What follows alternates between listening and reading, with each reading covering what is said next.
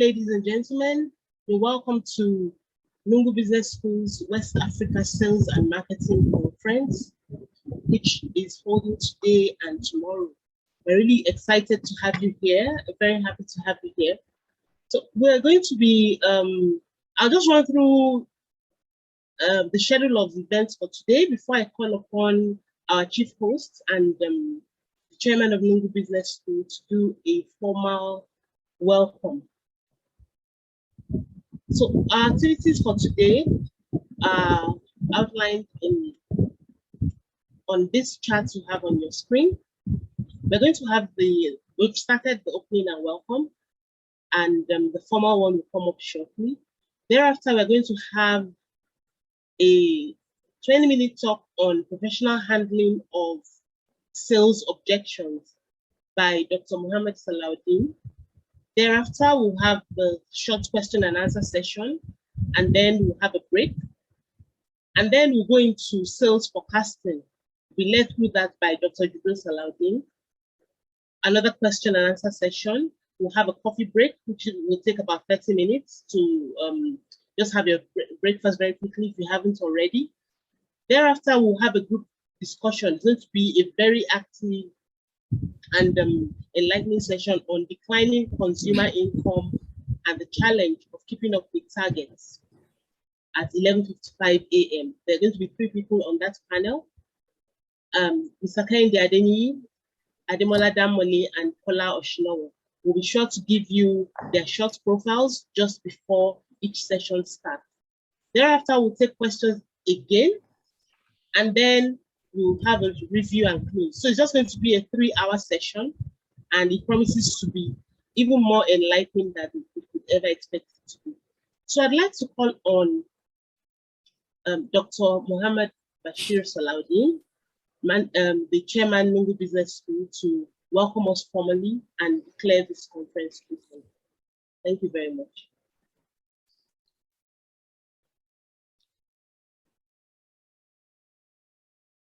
Thank you very much. I guess everyone can hear me? Can I get a response? Yeah, very loud. Loud and clear. Yes, we can get you.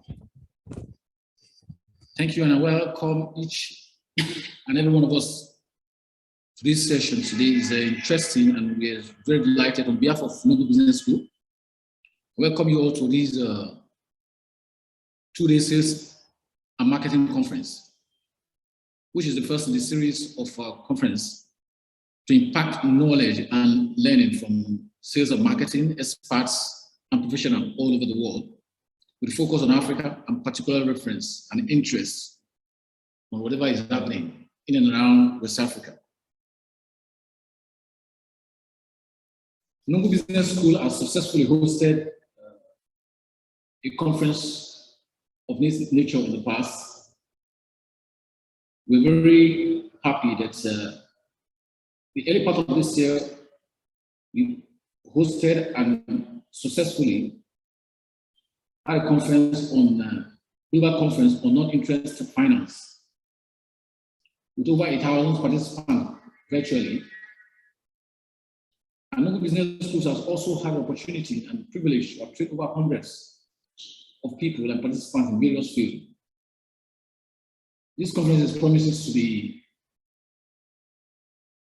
highly rewarding, both for panelists, the speakers, the participants, as we share experiences and knowledge. Today, we have over 100 registered participants across the world, from Ghana to Nigeria, South Africa, Mozambique, Liberia, Kenya, Cameroon, and the Gambia. Interestingly, we also have participants from India, from the United States, from UK and Canada. Surprisingly also, the larger number of registered participants are from outside of Africa.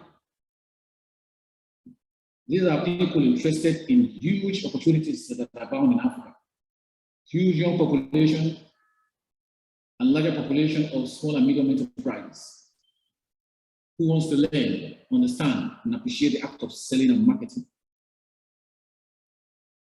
That's the feelers that we get. What we do at Enugu Business School is to use experts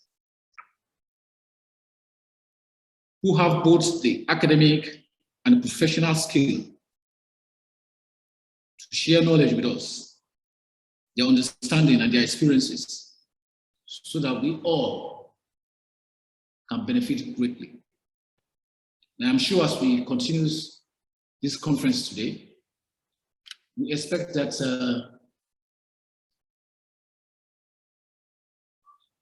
more and more people will join us. And as they join us, they begin to appreciate and learn, and we also learn from them. The theme of the conference is about the future of sales and marketing, particularly in Africa and in the world at large. We are already in the future. Actually, the future already started yesterday. So which means, what is the future of sales and marketing? From our experience, we have seen that the future is when we begin to talk about electronics. We begin to talk virtual. We begin to talk digital. We begin to experience delivery. We use machine, online, real time.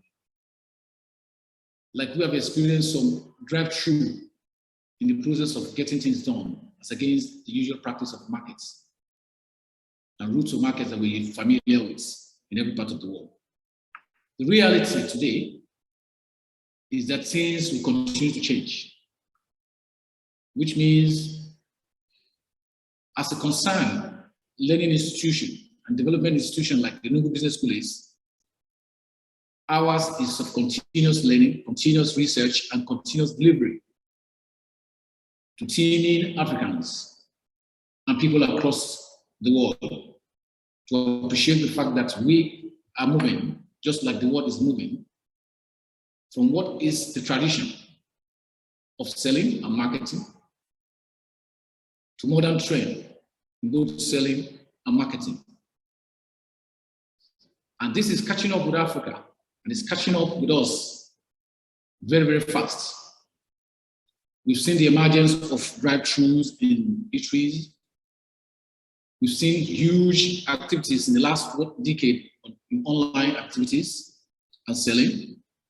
And we've seen selling going out of practical application of sales presentation to virtual application of sales presentation, and using predetermined tenses and words to make sales presentation, to building relationships to achieve better sales. These are more of what we're going to learn, and we're going to share with the team of our experts in the next 2 days.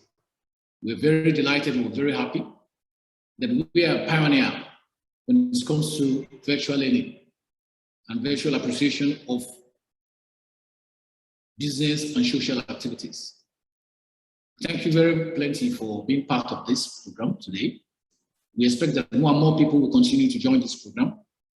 And as we start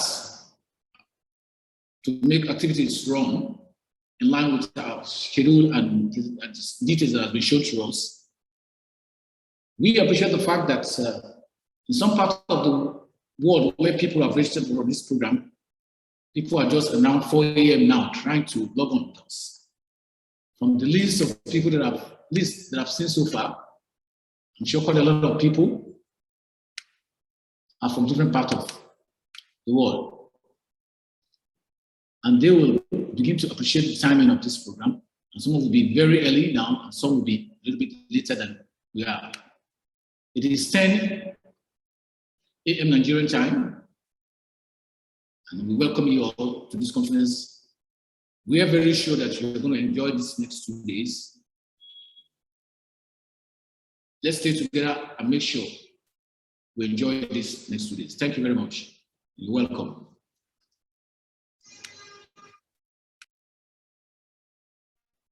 Thank you very much, sir, for the very encouraging words that you have shared with us this morning. So we'll just dive right into the program of today. As shared earlier,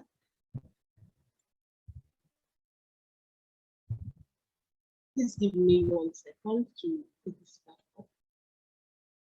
Okay, as shared earlier, and as I'm sharing again now, we're looking at the schedule of activities, and we've just had the opening and welcome. So I'm going to do a formal introduction of Dr. Salaudeen, such that, because he's going to be our next speaker, he's going to be talking to us about professional handling of sales objections. So I just do a little intro of Dr. Salaudeen. Dr. Mohammed Bashir Salaudeen is an economist, a management strategist, and world-class marketing and sales expert with multidisciplinary scholarly background in research and practice. He holds a bachelor's degree in economics from the University of Calabar and master's degree in economics from Ambrose Ali University. He has capped his academic research and research pursuits with a PhD in economics from Leeds City University, specializing in energy and petroleum economics. He has also just bagged a PhD in economics from the University of Ibadan, Nigeria. Dr. Salaudeen is the chairman of Lingo Business School, and he is the host of this Sales and Management Conference, West Africa Sales and Management Conference. So I'd like to call upon Dr. Salaudeen to kindly walk us through the professional handling of sales objections.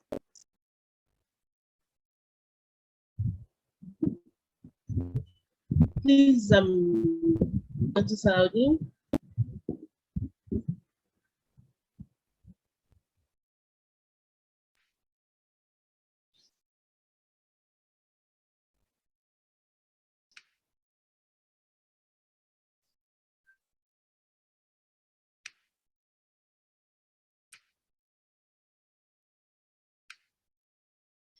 Thank you very much. I guess everyone can hear me. Very clearly. Thank you. Before I can see, before I go on, I'd love to ask a question from the participants. And if you're going to respond to this question, I suggest you just put it down on the chat box.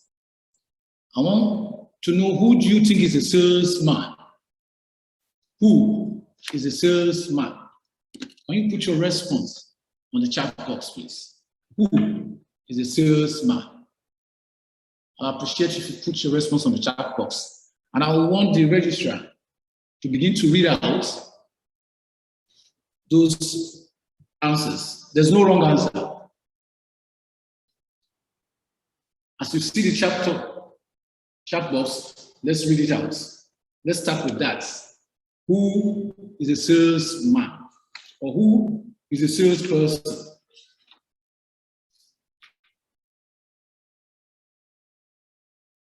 We started getting reaction. Any response?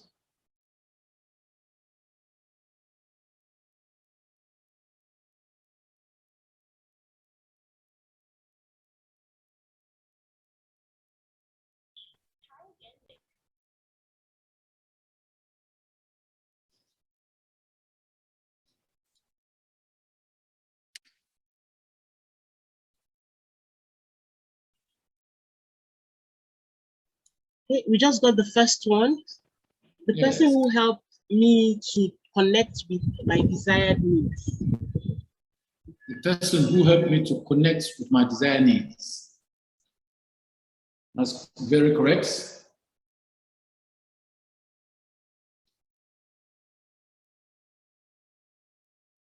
Who is a salesperson? Who is a salesman?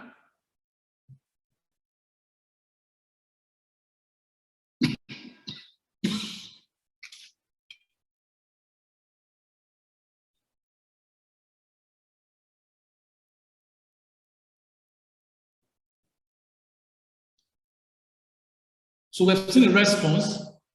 I'll take it that I'll go on, we'll come back to this question. Is there another one? The person that sells goods and services to the users. Sells goods.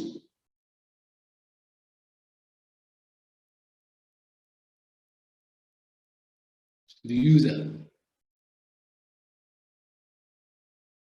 It's the person that sells goods and services to the user. Now the second,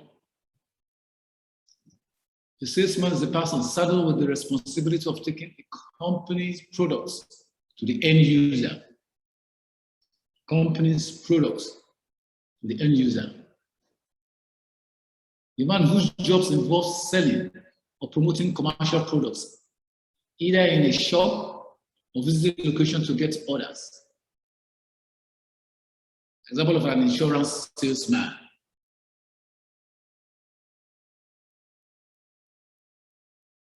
And it's very good. We've seen 3 responses so far. I'd like to come back to this later, but let's look at this. Experience have shown that professional salespeople who are part of the, another response, a salesperson is someone who has a solution in exchange for the value with the view of keeping his client for a long time. So as long as he or she is in business, this definition precludes a con man who sells for immediate gain only. That sounds like a definition of a highly professional salesman. Thank you. Another one from Sheung Dada is the person that has the ability to move a product or service towards the point where the services and the products are highly appreciated and rewarded. Very, very professional response. I'm very, very glad today that the responses I've been getting that are on this chat box tells me that the people, participants on this platform, are serious, professional, and practical salespeople. I'm glad to be part of this team. We'll come back to those responses that we've gotten. All of them are correct by any standard. But let's look at it. Why are we discussing the need to handle sales objection? And what are sales objections?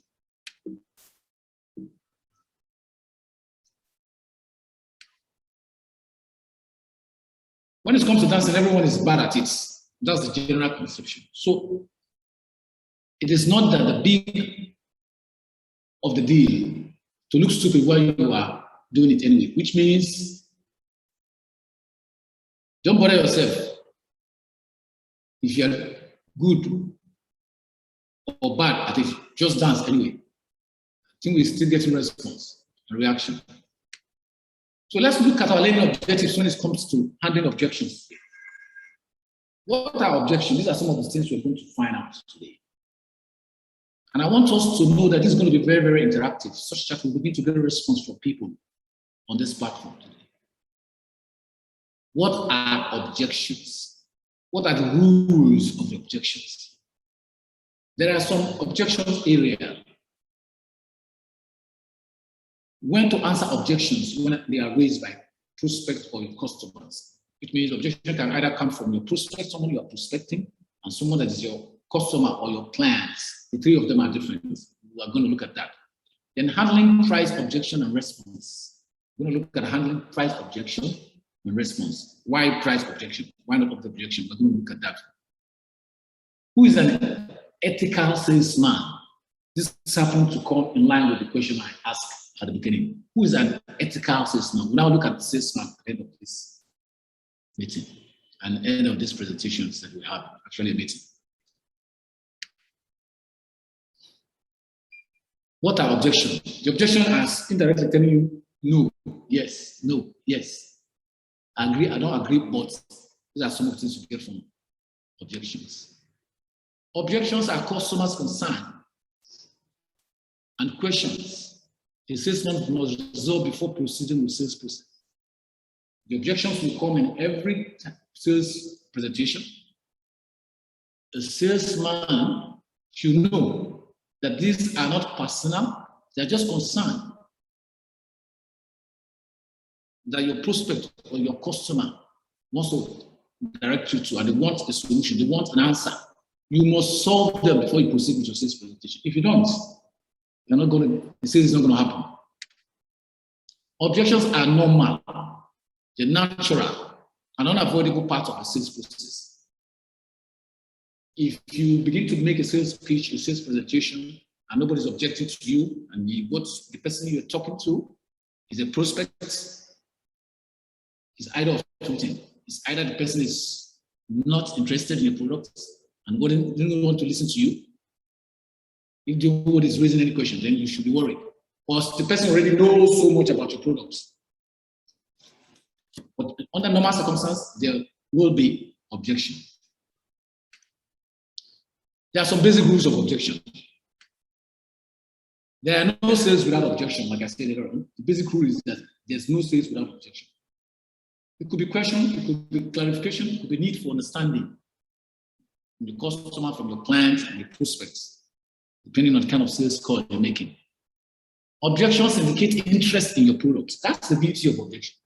If somebody, a customer, raises objection, which means they are interested in your product or your service that you want to sell, it shows the customer is emotionally involved in your product. When they begin to raise objection, they resolve it. They raise another one, resolve it. It means it's becoming emotionally involved in your product. Why emotional? We're going to look at why the word emotional. The more your customer raises objection, the better your chance of making sales. The more they raise objection, the better your chance of making sales. So we have seen the basic rules of objection. There's no sales without objection. Objection indicates an interest in your product or service. It shows the customer is emotionally involved in your product, which means somehow is becoming attached emotionally to whatever you're offering in terms of service or products. And the more they raise this objection, the better your chance of getting the sales done. Let's go on. What are those major objection areas? And those objections will come in terms of question, in terms of clarification. Where, what, how, when can you deliver? How will you deliver it? Who is going to deliver it? Where do you think you can deliver it? When am I going to get it? At what price am I going to get it? These are some of the objections areas. But then, it is important, as a general rule, for a professional and highly experienced salesperson to think through likely objection before you begin to make sales presentation, because they will come. So if you have think through it, practice, exercise, from experience, you have been able to learn major areas of objection. You cannot begin to group them and prepare response. They may not come exactly the same way, but they will be similar. We now prepare and begin to look at those objections that will come, because they will come. One area is price. Is a major area of objection. People will challenge your price. No matter how affordable your product or services, they will still challenge it. Even when you want to give it for free, they will still be worried. Usefulness of your products. How useful is the product? Will it be able to give me my needs? Will it be able to meet my needs? Can your product actually connect me with my desired need, just like someone responded in the definition of a salesperson? So you must be able to meet customers' needs. How useful is your product to meet those needs? Competition. They're going to compare you with competition. Your competition's price is not as high as yours. The effect or result of your product, the outcome, what I get from using your service or your product,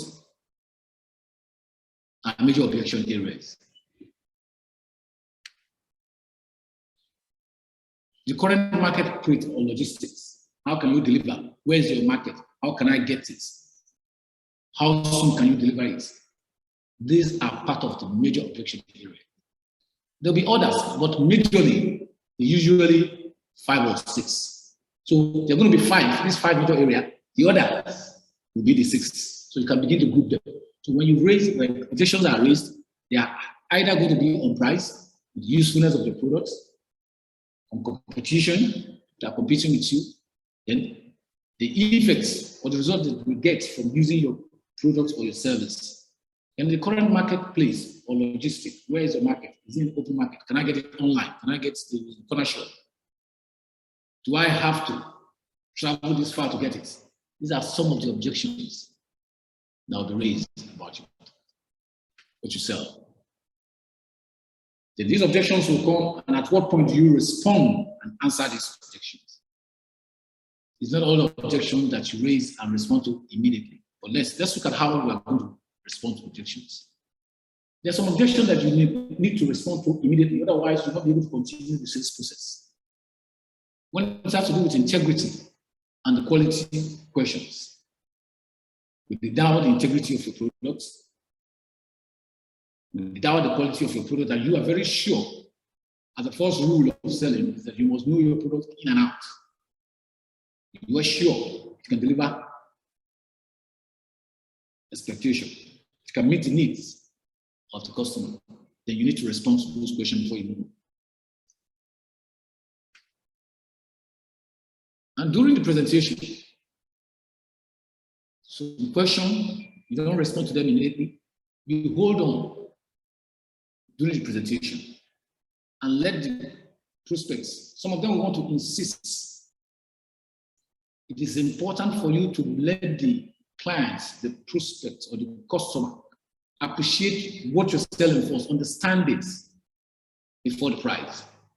Because if you start with the price, especially when you make a cold call, when you make a telephone call to book an appointment, and they begin to ask for the price of the product, the moment you talk about the price, you lose that point. So it's important to let the product, the clients or the customer to appreciate your product first, to understand the needs or the benefit they are going to derive from the product in the process of this presentation. We're going to look at how you are going to do this systematically for you to be able to move on with your presentation without necessarily making the customer feel that you have ignored the question. Can I come back to you? Can we look at some few more details before we talk about this objection that's raised? Those who, the customer will certainly tell you, yes, let's go on. Later, you answer later. We look at when you respond to objection immediately, during the presentation, and later, especially when I talk, just like I said earlier on, this is very common to price objection. Don't respond to price objection immediately. This may stall your sales presentation, except and until the prospect understands fully the benefit they're going to derive and their needs for this service that you want to render or the product you want to sell to them. It's important that they get that first.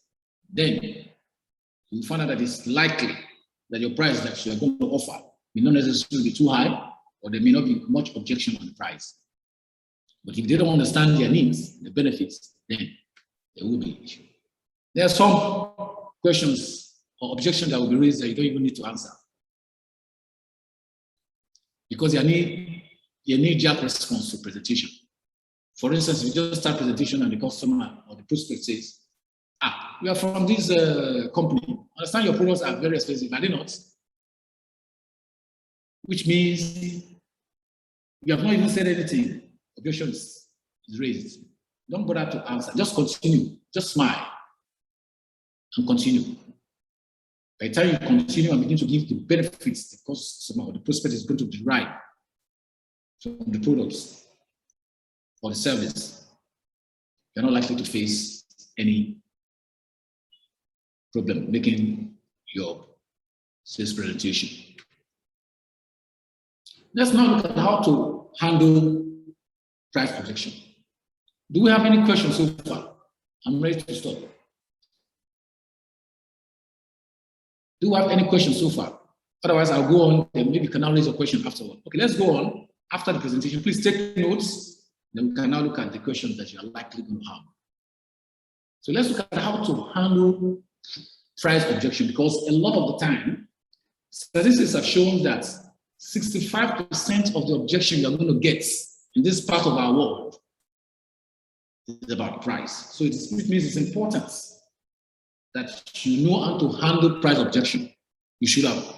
In the beginning of the presentation earlier, I said you should do a thorough check, think through, do research about the likely area of objection by your customers and your prospects. When you do that, you'll have seen a series of questions that have been raised over time. If you're a sales manager, for instance, and you have a lot of salespeople, one of the things that you do on a regular basis when you review your sales, during your sales circle meeting, you should let your people understand the need to put objections together and discuss it in the group. How some people will have been able to achieve success handling those objections. Let them share their experiences with you. Then you put it together and others will learn. So when you go out, you are fully prepared to handle customers' objection. So the first way to handle price objection is that you must remove a kind of a mental block from the customer's side. If they begin to ask questions on things that ordinarily you will have taken them through. Maybe someone has misinformed them. You need to lean forward. You have to listen to them. You have to give compliments to them. You have to be very, very patient. Nod your head appropriately. Smile, pause before replying. Don't reply immediately. What you do is to ask questions for clarification. If you ask questions for clarification, if they raise an objection, which is going to come inside in terms of like question, which means they will seek more information. So you have to get back to it. Do you mean our price is high? The customer will afford you the opportunity to think through the response and to give you further clarification on what they think. They can put it differently and you're going to get much more details from their response to you. So ask questions for clarification. It is important that that's the first thing you do when you. So it is important for you to do this by removing. If you do that, you'll be able to remove the mental block that they have. It is likely that a lot of the time, because the customer does not know the product, it is expected that what you sell or what you are selling now, in terms of service, in terms of products, chances are that you're going to know that more than whoever you are going to meet as a prospect and a customer. So you need to seek clarification so that you'll be able to know how to present it to the customer in a professional and a way that he or she will understand. So you must remove that mental block there. Then do not argue and do not begin to defend your price objection. Reframe the question and seek reason behind price objection. Like I said in the first question, say ask question for clarification, which means the question that the customer has raised, the objection the customer has raised, reframe it. Can you still hear me? Yes, we can hear you. We can hear you. And can you try to mute whoever? I hear noise at the background. It means some people are not muted, and some people's video are on. Just go ahead, sir. Good. Like I said, do not argue and defend price objection. Reframe the question and seek reason behind the price objection. Make the prospect understand why your price stands. I give you an example.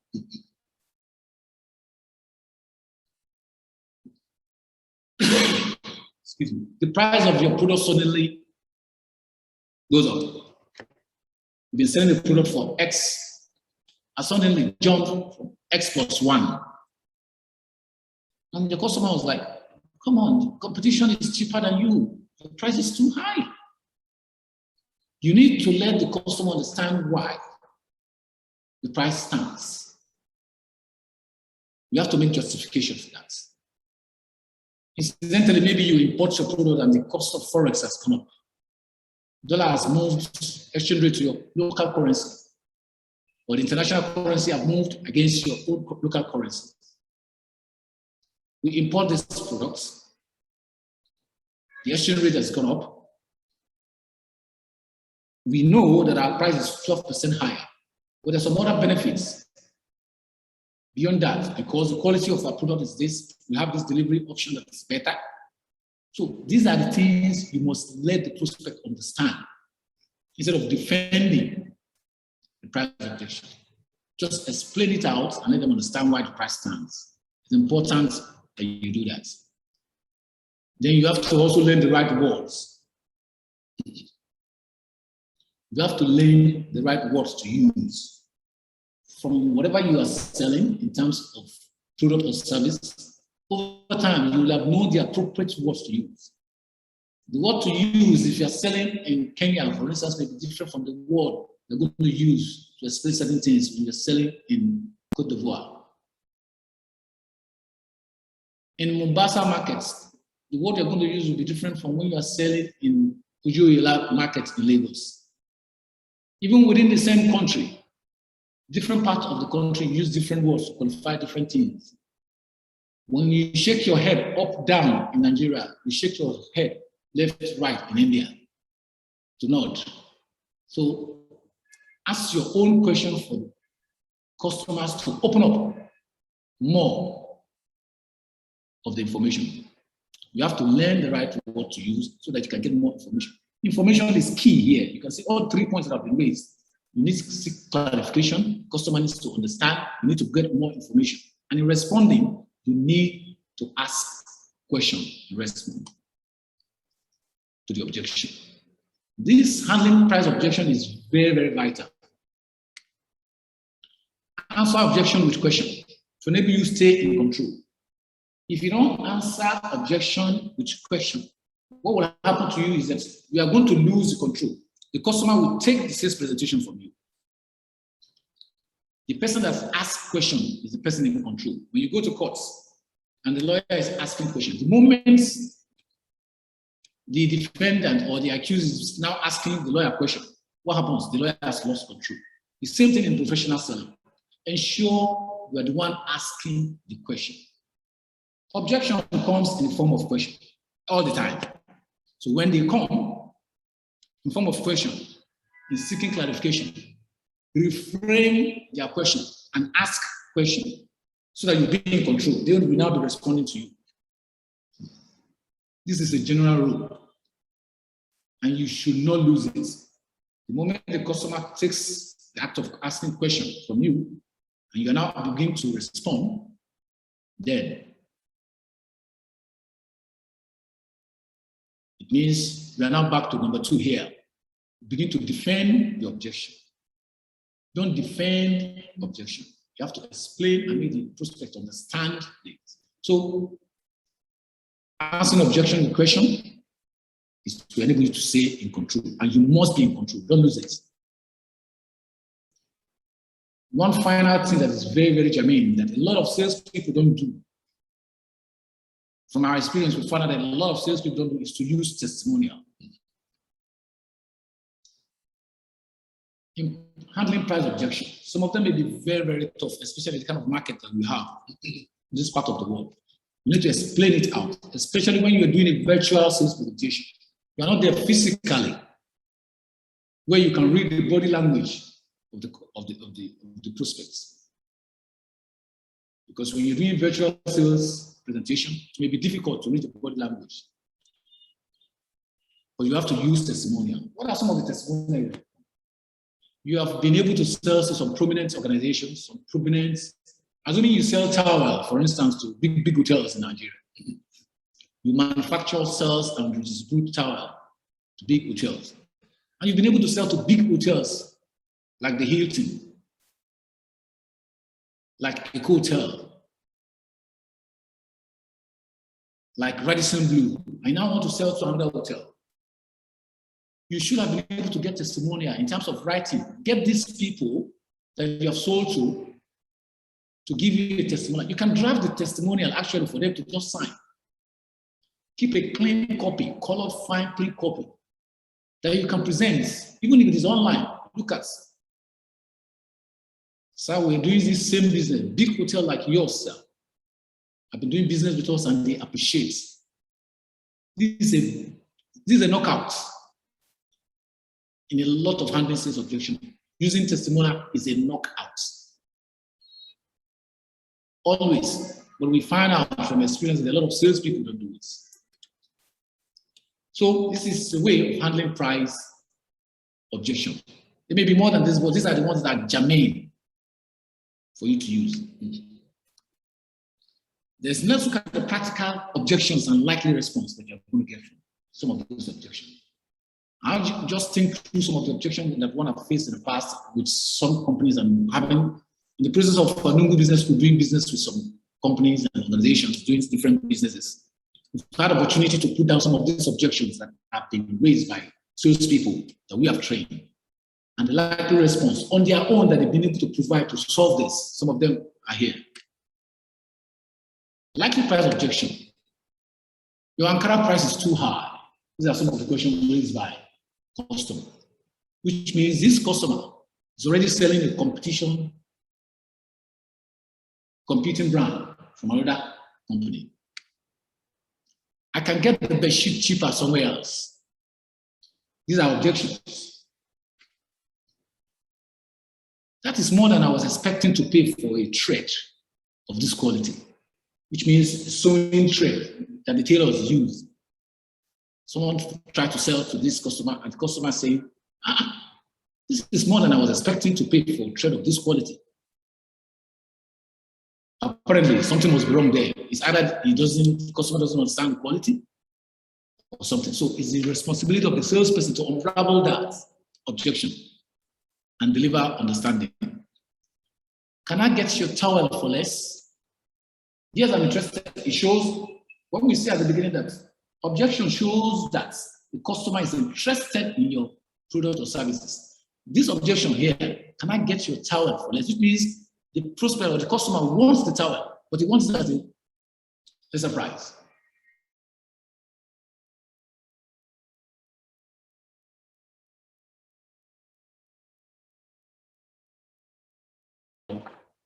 Products showing interest in your brand. That's what it means.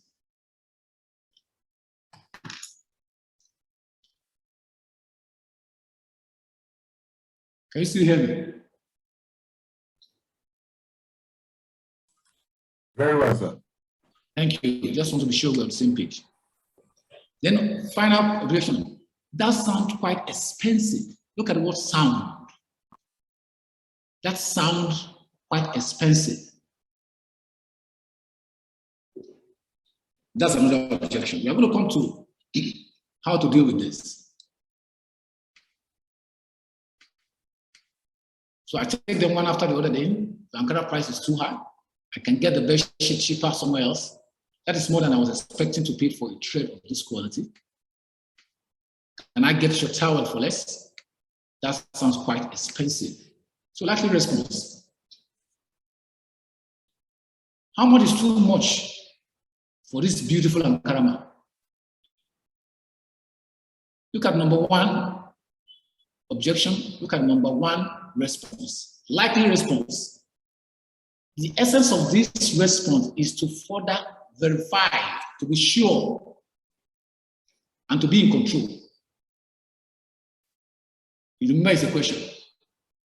So the customer raised an objection, you reply with a question to get further clarification, and you make it a question so that you are glad you are going to get a response to that. How much is too much for this beautiful Ankara man? Ma there shows a sign of respect, which is very, very important in our part of the world. I can get the best sheet cheaper somewhere else. Is price your only concern, sir? Is price your only concern, chief? Is price your only concern now? The likely response we're going to get from this is, no, it's not only the price, but I want to know. Then you now go ahead and begin to deliver on your sales presentation to let the customer understand the benefits or the need for them to buy your bed sheets. That is more than I was expecting to pay for a trade of this quality. The response is, why do you feel that way, sir? Because someone is saying that he was expecting to pay for quality of a trade of this quality. Now say, why do you feel that way? That's the likely response. Then the one is, can I get your towel for less? Of course, you can get it for less. But why did you say that, sir? You get further gratification and you can now respond to it. And finally,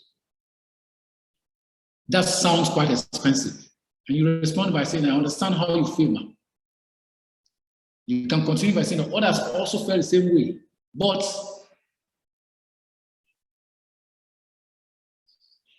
when we were about to sell our tower to a hotel, they felt the same way.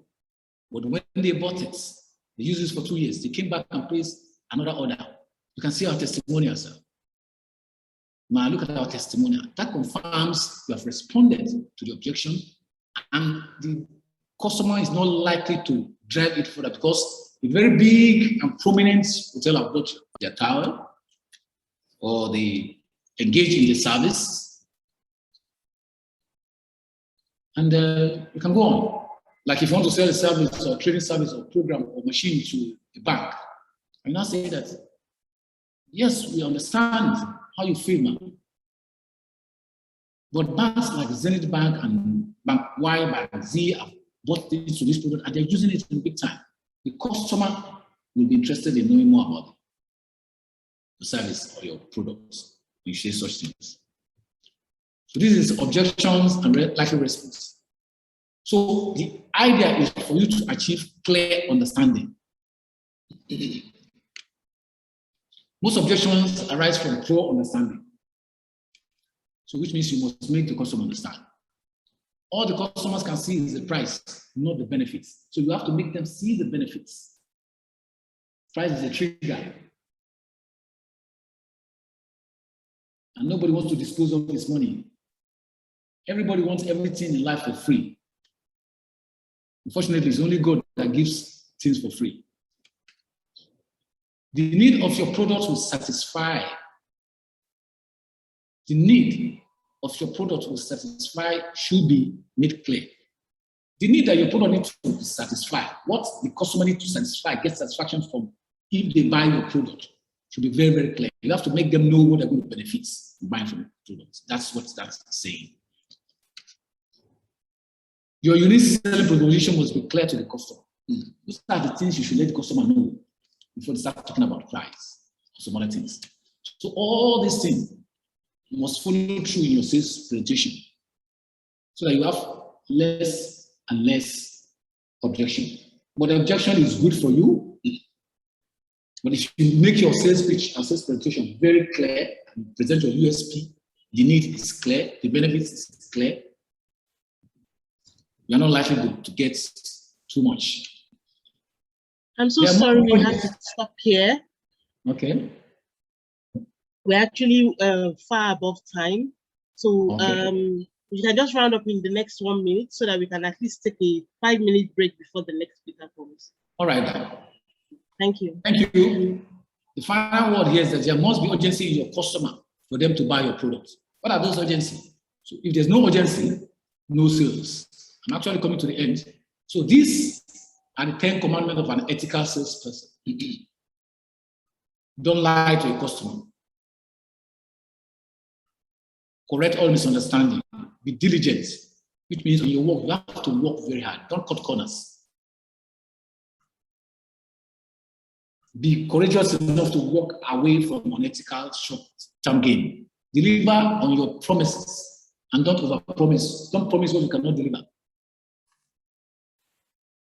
As a human, it's good for you to give to charity. Recognize those who help you do some education. People that have helped you to get to the level, edify them so they can get more. Learn continuously and improve. That is what we're doing here. Never give up prematurely on sales. Don't speak badly about anyone. Thank you very much. And I appreciate this. Thank you. Thank you very much for the awesome session. We're really very grateful to you. So we'd like to take, if there are any questions, please put them in the chat box. We'll try to take them a little later. But we can take a break right now. to be back in exactly 4 minutes for the next session. But in the meantime, if you have any questions, please write them out in the chat box. We'll take them very soon. So we'll just sit back and take a stretch if you wish, and then we'll call up the next speaker at 10:55 a.m. on the dot. Thank you very much.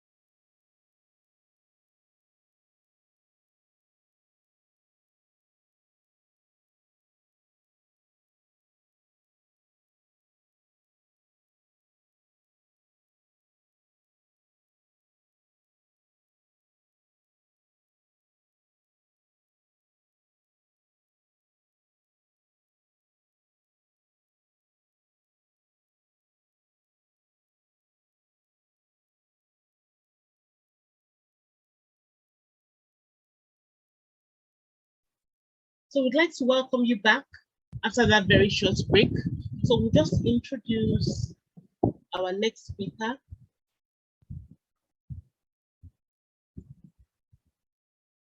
In person of Dr. Jibril Salaudeen.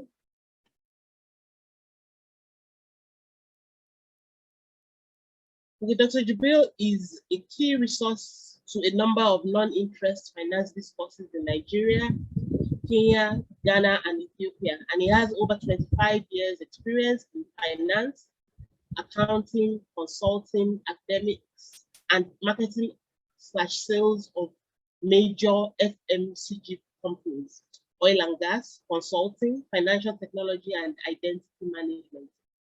He has a non-bar degree in Sharia from Sudan, BSc in accounting, UniJos, MBA, MSc Informatics from India, a PGD in Islamic banking and insurance, MSc Economics, MA Islamic banking and management, and a PhD in Islamic finance and management from Malaysia. He's a fellow of the Chartered Institute of Marketing of London, a fellow of the Chartered Institute of Marketing here in Nigeria, Associate Chartered Institute of Securities and Investment London, fellow Institute of Islamic Finance Professionals of Nigeria, member Nigeria Institute of Management, associate fellow of the Islamic Institute of Islamic Banking and Insurance London. He's an alumnus of the Harvard Business School, Lagos Business School, and Frankfurt Business School. He's also the Director of Executive Education at Mungu Business School. So I'd like to call upon Dr. Jibril Salaudeen to kindly give us his presentation. The title of his paper is Sales Forecasting. Dr. Jibril, please.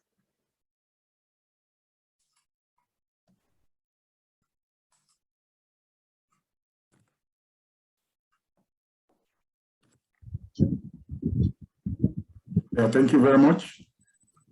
And a warm good morning to everyone and welcome to the conference once again. That was an insightful presentation we had earlier on, but I'm actually looking more to the panel discussion that will come after my presentation.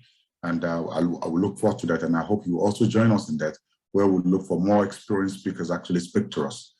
I have a very short presentation, but one that is very loaded. And it will be nice for us to sit back and actually enjoy it.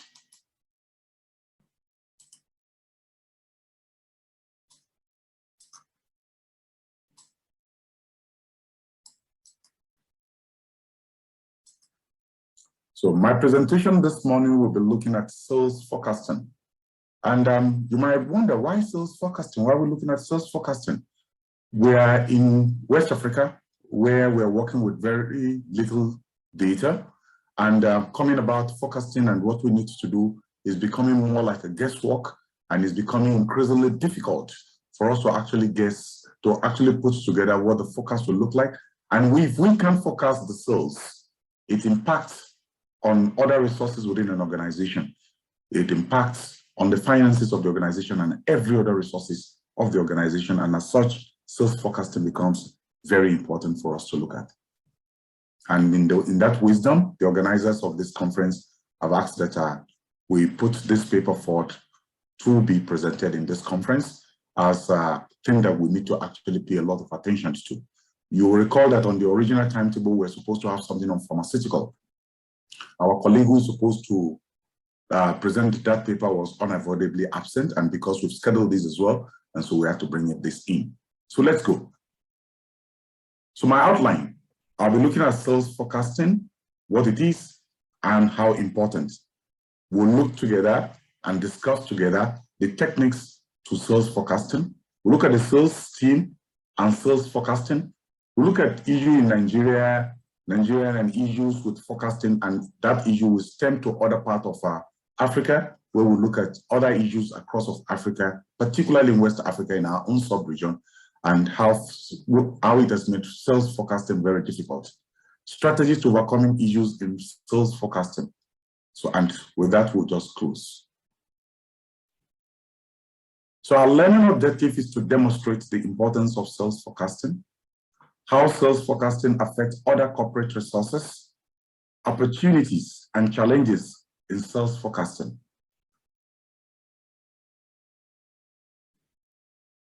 Okay, so let's go. This is a typical sales forecasted result and achievement of companies within the region, Nigeria and Ghana, that we've picked. We've taken out the name of the company and we try to juggle the numbers together, the country, states, and regions, and also we've superimposed them on the Nigerian regional system to share these figures. 2011, forecasted sales for Lagos 3.2 billion, actual 1.9, minus 50%. Growth 3.50% over preceding year. Southwest forecasted 3.9 billion, actual 1 billion. And you can see one thing that is very common in all of these forecasts is that consistently they are wrong. If you check our various organizations, the trend might probably be like this, where we are consistently having sales growing north and we have forecasts going south. They're not meeting. They are not meeting. So what could be responsible for this? How will an organization be able to plan on the basis of figures like this? How will an organization be able to channel resources for growth and development looking at figures that are behaving like this? Those are the stuffs that we'll be looking out for this morning and how we'll actually come about a reconciliation between these figures.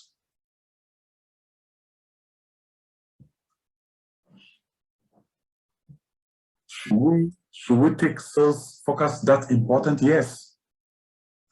Projection of the expected customer demand for products in a firm for a specific time horizon with certain underlying assumption. That's sales forecasting. What are the underlying assumptions? That we expect that in this particular zone, in this particular territory, X or Y or Z quantity of a particular product will be consumed. Sales forecasting is essential tools for business, sales, marketing planning, and decision making. The number one item for which we use to plan our resources as we approach a new year in 2022 is that by now we'll have started putting pen on paper to determine what resources, how many more people are we bringing in, how many more resources are we bringing in, how much more cash are we bringing in, across all the resources. What are we going to do? Who are we bringing in? And what is going to determine that for us is our sales forecast. Sales forecast can aid you in achieving your goal. Sales forecasting can help you drive sales revenue, improve efficiency, and increase customer retention and reduce costs. If you ask me, these are the bane of every organization in the world. To grow the sales revenue, to improve efficiency, and to increase customer retention and to reduce costs. Now, sales forecasting timing. You can have short term, you can have medium term, and you can have long term. For short term, for a period up to 3 months ahead, you can say, you know what, it's difficult for us to actually forecast this economy properly for a year, but can we forecast January, February, and March? And we can do that in December. So we look at January, February, March. January, February, March will tell us what we need to do within that period, and that's called short-term forecasts. You can also have medium-term forecasts, and you're saying we're just looking at 1 year, January to December, or the calendar year of the company, depending on jurisdictions.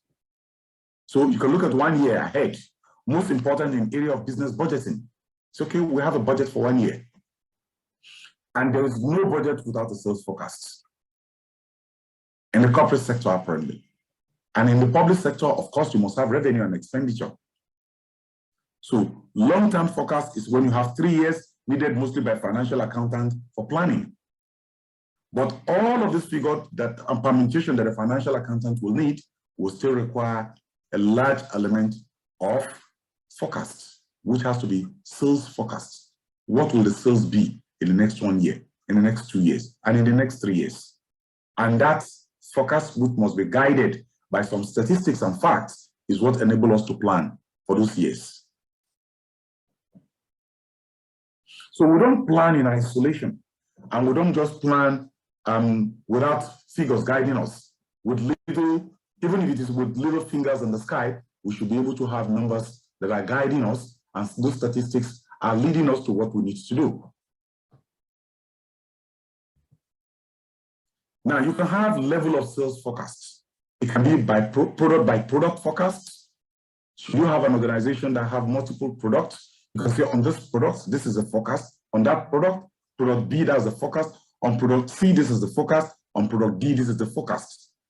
You can also have seasonal forecasts. If you're in an industry that respects seasonality of your products, maybe during the Christmas period, during the Eid period, a different period, during the raining period, during the dry season period.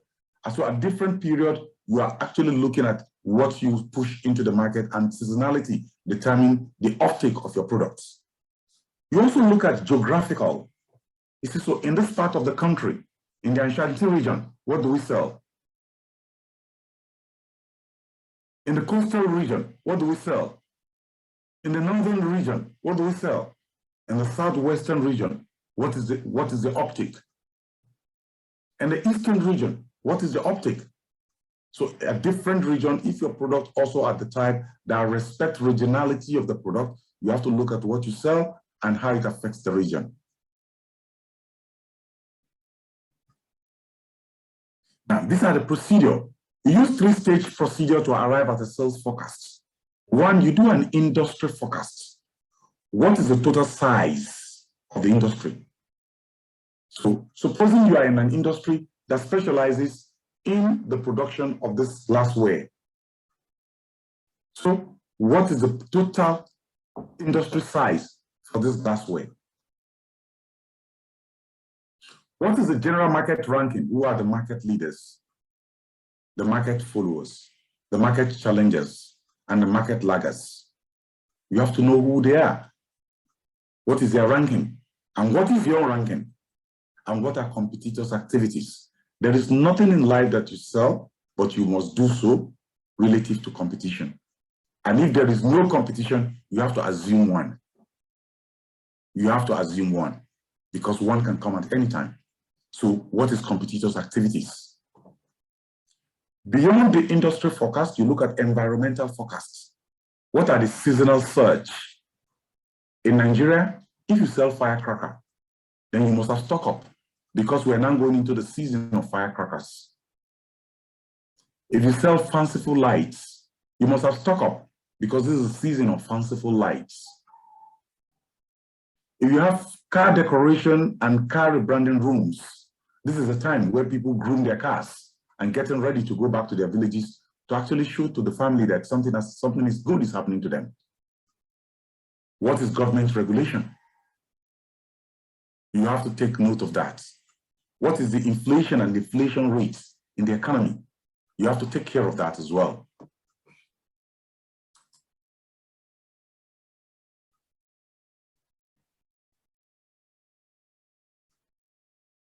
Sorry, I have 5 minutes to go. Okay, sorry, so I'll quickly go through this. Thank you. Okay, so your sales forecast will sometimes be quantitative, and at some other time, it's going to be qualitative. So, and you have your sales force composition. What is the composition of your sales force made up of? Who are the people within your sales force? Because largely, you'll be relying on some data that will be coming from the field that will guide you in your sales forecast.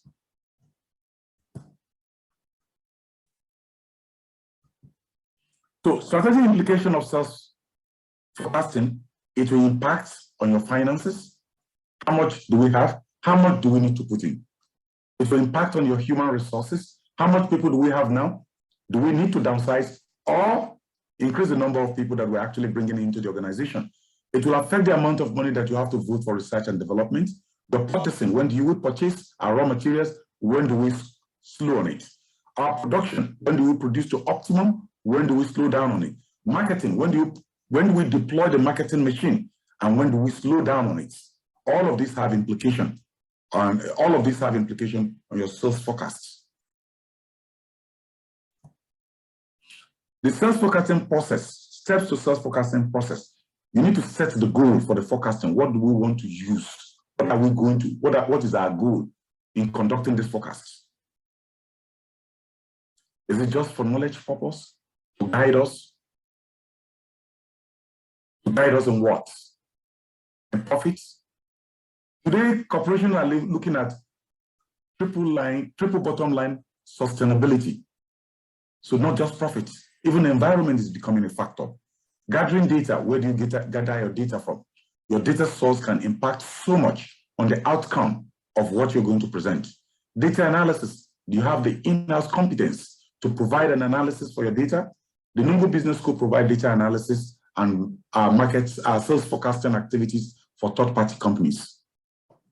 Choosing the best model for forecasting. Which model do you want for your forecast? I will present to you very shortly different models. Then your forecast itself. Then you evaluation of your forecasting outcome. This is the outcome, and how do you then interpret it to suit your business? Of course, you expect that in the course of your forecast, you have some forecast error. What are the possible reasons for errors in forecasting? Flaw in data used in the forecasting. I said that earlier.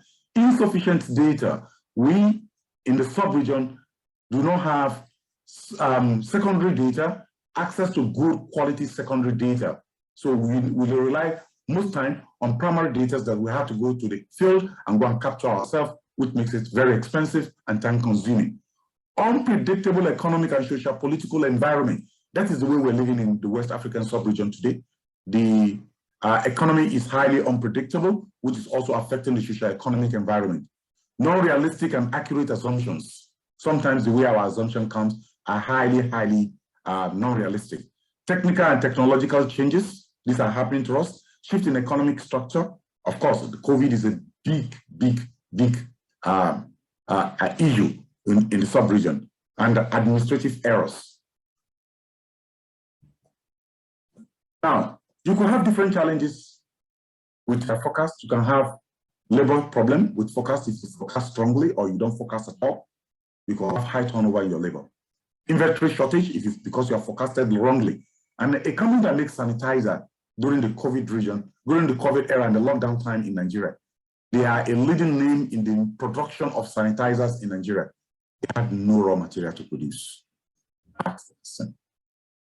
Working capital shortage because you did not have good forecast, internal problem. Price changes, still due to bad forecast. Change in distribution method, bad forecast. Production capability shortages, bad forecast. New product lines, bad forecast. All this can lead to huge issues out there. Now, I'll round off. I've seen the second message coming.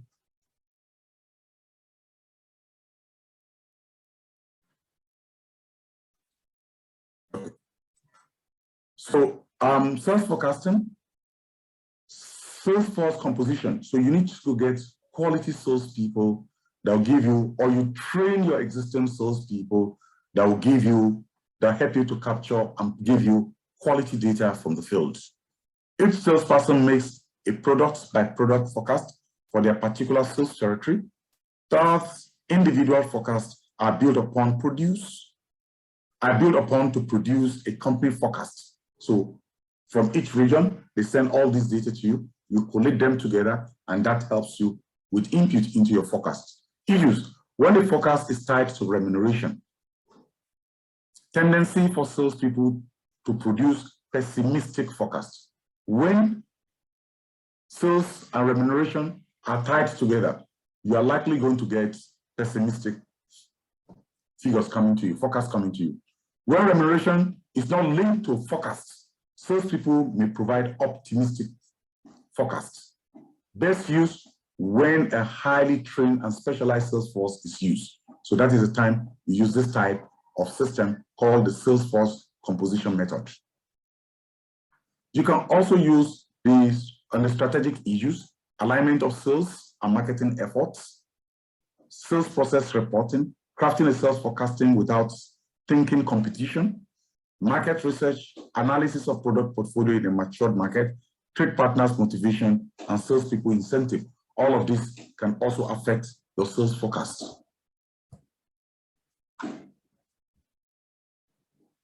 What are the benefits of sales forecast? When you use this method, you use your salespeople and they are able to reduce cost for you. You are obtaining financials because based on that, you can be able to do a projection, better control of inventory. Sales forecasts help you to control your inventory better. So you're not over carrying inventory, which is actually tying down money, or under carrying inventories, which could lead to shortage in the market. You get customer information and you are able to retain good talent in terms of staffing. And these are limitations of sales forecasting. Sales forecast is not pure science, easy go through, done, fine, and that's it. No. It's part hard facts and part guesswork. So there is a statistics, there are historicals, and there are guesswork that goes into it. And your forecast may be wrong. What we're saying is that when you use a scientific method to approach your sales forecast, then you have something that is guiding you. And if you're going to be wrong, you're not going to be far off. You're not going to be reporting 60% minus, 70% minus, 80% minus, and you're not going to be very fair enough widely. You will actually be reporting a -2, a -5, a -10, a -15 max. Time may also change between when you make the forecast and the reality in the markets. So you might make a forecast that in 2019, I'm going to make a kill in this market and COVID comes. There's a problem. So those are the tough stuff that actually limit sales forecasts. And with that, I end the presentation. Thank you very much. If there are questions, please bring them forward and then we can discuss them together. Thank you and have a good morning.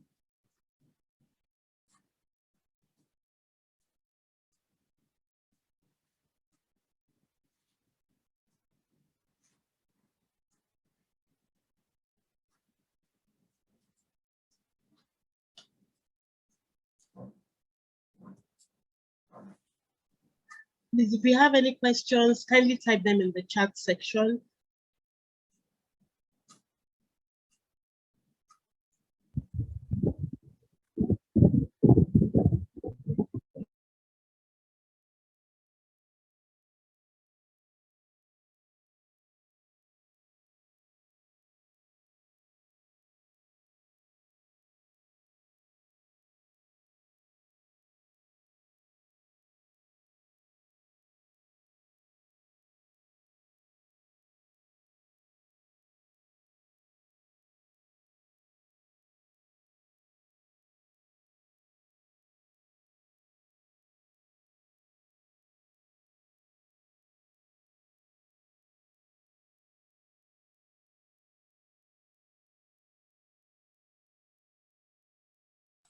Someone's hand is up. Can the person just go ahead and ask the question, please? There's a hand up. Two hands are up. Bello Adamu's hand is up. And yeah, I think Bello Adamu's hand is the only hand up. So let me unmute you, Bello Adamu, so you can go ahead and ask your question.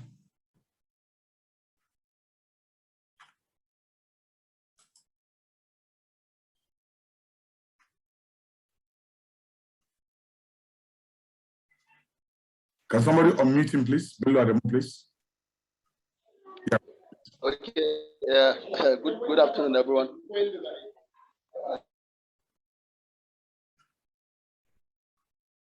My name is Bello Adamu. I'm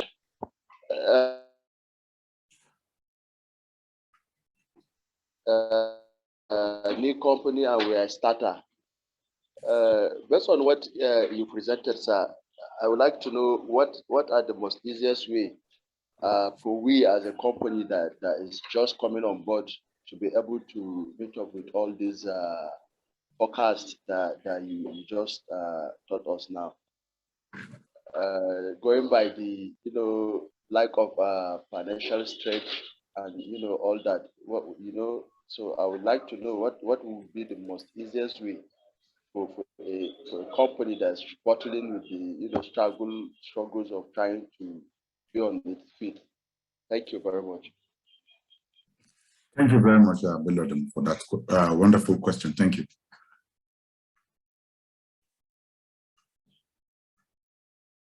Yeah, there's another question here that says, can organization review their forecast within the forecast period? E.g., if your forecast is for 1 year, can you review it mid-year? Okay, so that's another question on the chat box. I just picked that. Okay. Yeah, somebody is saying, talking industry forecasting, one of the major challenges is getting accurate market size.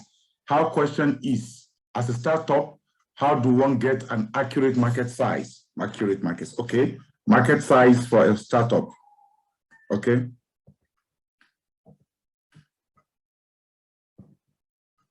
Okay, forecasting for startup. I think the first question and this third question looks the same. I'll take them together. And the one on review of forecast mid-year, I will take that as well separately. So in all, I have 2 questions. I will take the first and the last ones together, and I'll take the one on the mid-year review with that. Okay. So let me start with the question from Bello Adamu, and thank you for the question once again. For one of the major challenges that we face as we navigate in this part of the world is the inaccuracy of data. And we had a mandate as a business school this year, 2021, from the chairman of the business school who happened to take the first session. He took the first session. He said we should start collecting an omnibus. So we'll be collecting an omnibus from next year for different industry, such that startup could have data that we can use to guide them. Okay, irrespective of their level of income, they will be able to have data from us that we're able to use to guide them, and they can use it to get into the market. But that is not the answer. I'm just telling you the good news. The answer for this is, as a startup, you might not have an accurate data to get into the field. You might not have the tendency that you're going to have an accurate data as an SME to get into the field is very difficult, because the cost to that might be too expensive for you. The source of those data might also be very difficult for you. However, there are things you can do. In the industry where you are playing, if you are not the pioneer, there are other people that are playing in that industry today. So what you need to do is, you need to get, especially if they are quoted companies, if they are quoted companies, they will publish their results. From the results that they publish, you'll be able to see what they are able to do, especially in the comments and the commentary and the note sessions. You'll be able to see, give you a rough idea of what they are selling. However, it will not tell you where they are selling it. But you're able to see that in Nigeria, company XYZ PLC sold 1 billion naira worth of potato chips, but you might not know where they sell it. Now, you also need to be resourceful a little bit. You might need to talk to people on the field, people who are currently doing this business. Talk to them and ask them questions. Okay? Talk to them and ask them questions. This particular product, how much of it do you sell? Where do you sell? In a friendly manner. Let them understand. And you get some information from that. If you're not able to do that as well, talk to us, please. I'm going to leave our number here. We could work out something together that we could do for you, because we have among our faculties people who are professionals in sales forecast, and we will try and see that we'll give you something that you can afford, no matter how small that you can afford, that will guide you. The essence is, we want your business to be successful as an SME. Once you are successful, then we're happy. And that is the essence of the reason why we're here. Why we're here is to see how do we help other businesses to be successful. I hope that answers it. Now, the second question, like I said, says, can we have a review within the year? Yes. Yes, you can. In fact, it is encouraged that you have a review every quarter. Review your forecast every quarter. So come and compare, what did we forecast? Where are we? What are the new things that have come up? How do we put them into this to help us guide the future? It's very essential you do that. It's very, very essential that you do that. You do that every quarter, so you have a quarterly review where you come in and you review, you look at what you've done, you take lessons from that, and most times you discover that you are moving the target either forward or you're moving it backward or you're moving it into some new areas or new markets. And you say, this is what we want to do. So yes, the answer to the question is yes, we can have this review and it will guide our movement. So I hope that answered that as well. Thank you very much.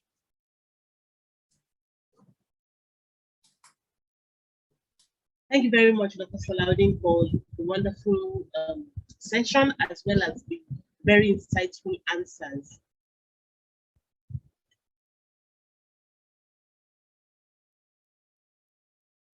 We would like to, the next thing to do now is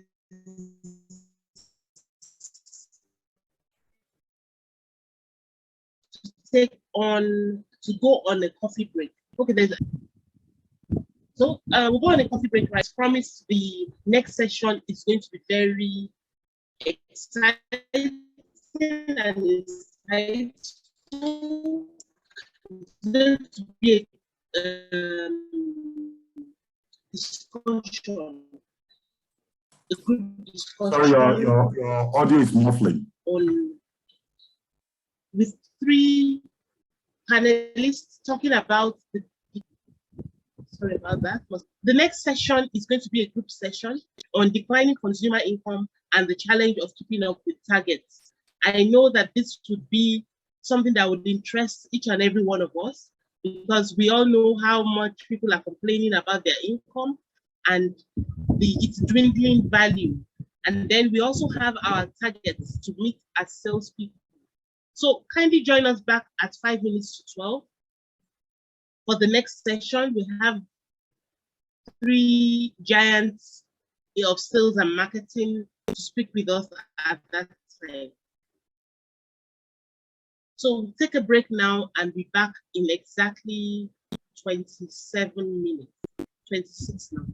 Thank you very much. I'll put up the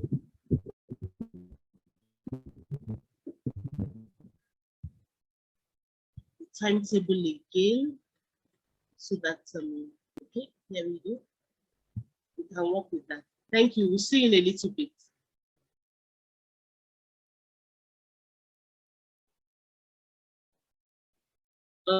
Stop the screen share from my end and allow the discussants to start. Mr. Damali, kindly put on your camera.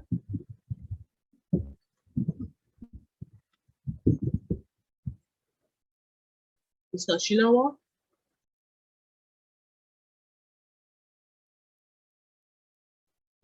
Thank you very much.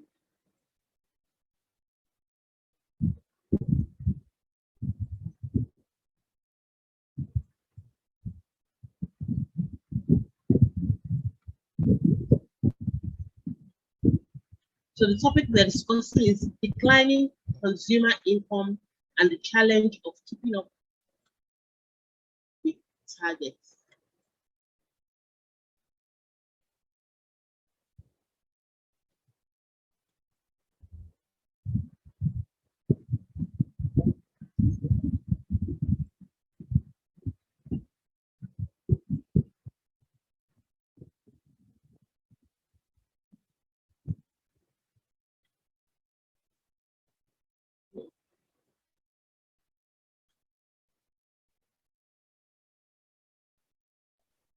Oh, sorry, I don't know. I was on mute. I was muted. I don't know. All right. Good afternoon, everybody. Yeah, welcome to the first group discussion for the West Africa Sales Marketing Conference. And the topic before us is a very, very interesting topic. It's a very, very interesting topic that has to do with our day-to-day life as salespeople. I want to tell us that whether you like it or not, you are first of all a salesperson. You might be the MD, you might be the CEO, you might be the board member of your company, you might even be the security of your company, but you are first of all a salesperson. So this topic borders on every one of us, across every one of us. And today, with my fellow people, Ademola Damole and Kolawole Oshino, will do justice to the topic. What I will do is I will give you a brief introduction into the topic. Then I will hand over to Ademola Damole to also give an insight into it, at least like five minutes. Then also Kolawole Oshino can also say something. Then we'll take it up from there.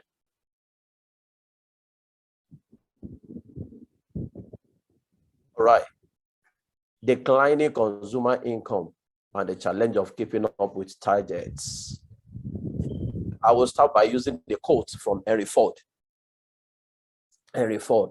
It says, an underpaid man is a customer reduced in purchasing power. He cannot buy.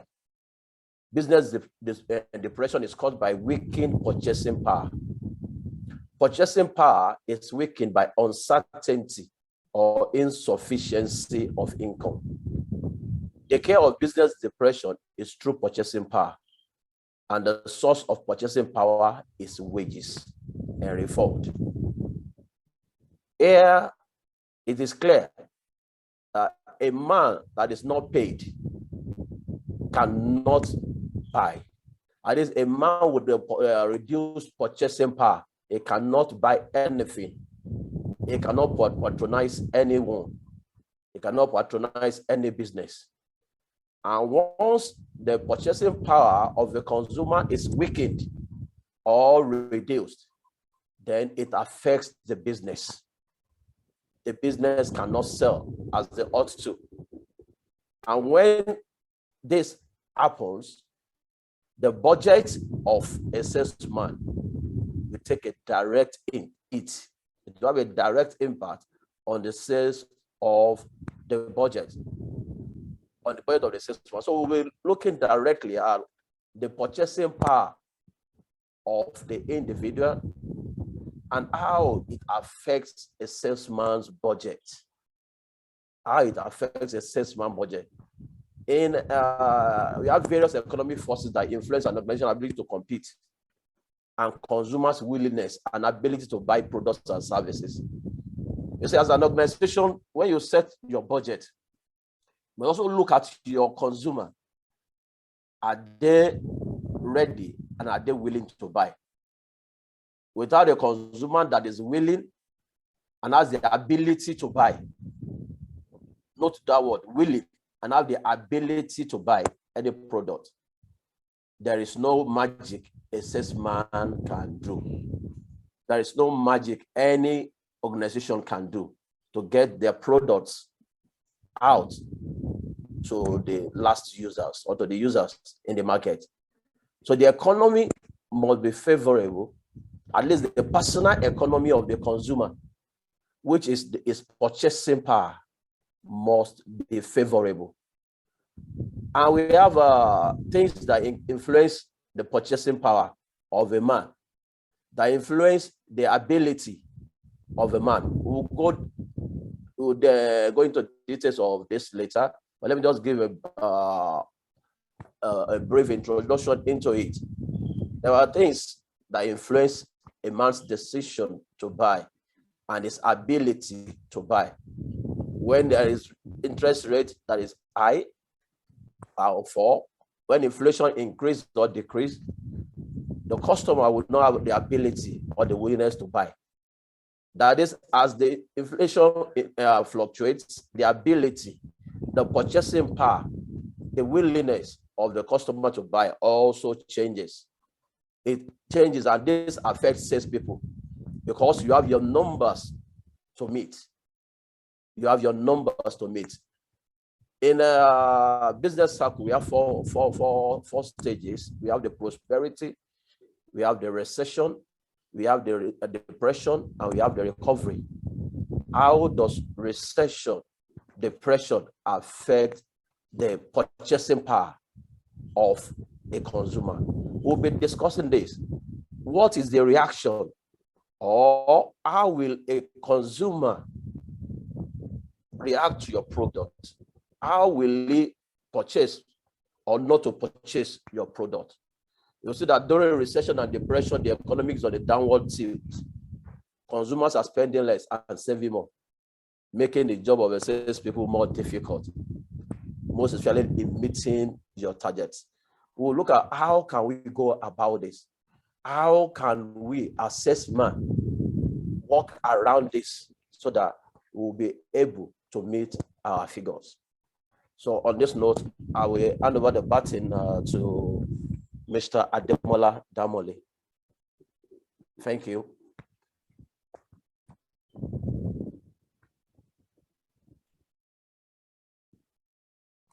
You are muted. You are muted.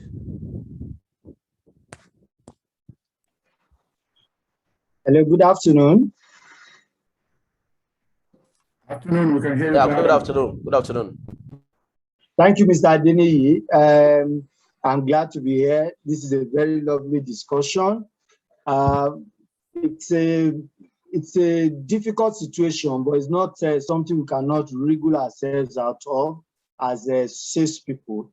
Quite frankly, if we look at the statistics, the economic is sluggish at the moment, round about the whole world, especially in Africa. And then at the same time, we will notice that there is a growth in purchasing. Actually, in some areas of the economy, if you look at betting, if you look at data, you will see that actually some areas of the economy is growing and a lot more people are doing a lot more things in some areas. But quite frankly, generally, the capacity to purchase has dwindled, and this is happening because of certain, hello? This is happening because of certain factors you have mentioned earlier. We have gone through a recession twice. We've gone through COVID, and a lot of people have not recovered from those experiences. Some people are still unemployed. They have not gained their employment. So the capacity of the people, the buyer to purchase is really very low at the moment. But that's not to say that we, as salespeople, will fold our hands. Of course, our competitors may be folding our hands, but it's our responsibility to find a way around this and do more and find a way to make more sales. So, for instance, I believe that if we decide to reframe our the way we do our business, to structure the way we do our business, we will definitely be able to push a lot more out of that difficult system. We need to be able to have a winning attitude. It's really very important. From management down to the team, we need to tell ourselves that, yes, this is the time our competitors are down, and this is the time where we need to put up a winning attitude and be able to get something out of this difficult situation. We need to be able to be persistent. It's perhaps the most important thing I can share today. We need to be really persistent and follow up. Our clients are down, and this is the time where we are not likely to be on top of their minds. We need to keep pushing the doors, knocking the doors, and keep following up on all of our leads and keep being in their faces if we really want them to do something with us. Our persistence is likely to make a difference and help us get out of this difficult situation. We need at this moment to build a very good client, a very good relationship with our clients, because yes, having a good relationship with our clients is something we can leverage on at this moment. A lot of our clients will do something. Of course, they can open up to us. We know our situation, they know our situation. We can do more because of the relationship we have built together. Trust. This is very important at this very moment. We need to build a relationship that is based on trust. Our clients need to be able to trust us, because this is a time where they do not want to spend extra that is unnecessary. If they believe that we are the partner they can journey with, and we are the people they can buy things from at a price that is real, then we might be able to swing this in our favor. These are very important things I need us to consider. They will help us get out of this difficult situation. This situation is not going to be here forever. We all know that. It will be over, maybe not very soon, maybe not immediately, but one day. However, before we get to the situation where it is over, we need to get ourselves ready to not lose the market as it is. So I believe sincerely that even though the purchasing power of our clients are dwindling, there are still many ways to get something out of them. We need to try and redirect our products at times. If we need to develop a new product that can meet their expectation, you must remember that the number of younger people in the economy, the number of younger people in the economy is growing, and that suggests that more people are younger, and the younger people are quite different from the older generation. The way they look at things are different. We may not be too critically different, but quite frankly, they react to things differently. So for instance, they need at the moment products that can help them weather the storm, get through the system. They are not very frivolous with their funds. They want things that are cheaper, near cost price, and all of that, even free if it can be. So we need to find a way to get around these customers and do business with them at that level. And I'm sure that we'll get many goodies out of this bad situation. All right, thank you very much. We'll be building on the foundation that we've laid. Let's look at even what is consumer income. We've been saying consumer income. What is it actually? Let's define what consumer income is. Right, we'll be on the same page with everybody. And I'll make the first attempt to define what consumer income is. It is the money that the consumer earns from either work or investment, such as your dividend or your salary or your sales of an asset. Maybe you sell an house. After tax income. After tax income. It is the income you have left in your hand after you have paid your tax. That is consumer income. The amount of money, the next amount that you have with you to buy things or to do things with, that is your consumer income. For example, if you are on a salary of a 10 million per annum, that is not your consumer income. When they break it into months, the tax element will be deducted, the pension element will be deducted, or the deduction. The net amount that is available to you on your salary, that is part of your consumer income. If you have shares that you earn dividend monthly, but most dividend is earned per annum on an annual basis. If you divide this into a monthly basis, you add it up, or you have what you have sold and everything. This is money that is available, money that is at hand that you can use, not promises. Not promises, no. But it's money that you have in your hand that you can use. So the amount of income somebody earns will influence how much they spend. The amount of income that is in your hand will influence how much you spend. You know, there is in economics, there is want, that is also need. Want, and wants are numerous.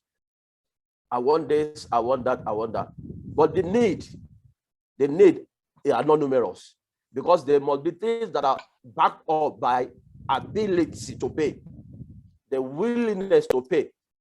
So if you may desire a lot of things and you don't have the income to pay in it. So we'll see that in the period that we are in now, which is not through a full recession, but it's a dull economy, especially in sub-Saharan Africa, we'll see that income of people are reducing. People are getting their income lesser and lesser every day. Just like my colleague has said, people are getting laid off. They are losing their jobs. A man that loses his job, in fact, it doesn't only have a reduced power, purchasing power, but it has next to nothing. It has next to nothing purchasing power. Also, there are salary cuts, there is job cuts, there is rationalization and everything in the economy, most especially with the impact of COVID-19. Many things are affected. If you are the person that is into real estate, the impact of COVID-19 will be very, very high on you. If you're into hospitality, the impact of COVID-19 will be very, very high on you, which will reduce your income. It will reduce your purchasing power. You'll not be able to purchase more. So as a salesman, because everything we do must dovetail into the salesman and the sales process. As a salesman, what is expected of you when the consumer's income are low, when they don't have the power to buy as much as what they used to do? Do you still maintain your target, or you do a reorganization, re-engineering, or you look at your budget and walk through it and look at what is essential and what is important?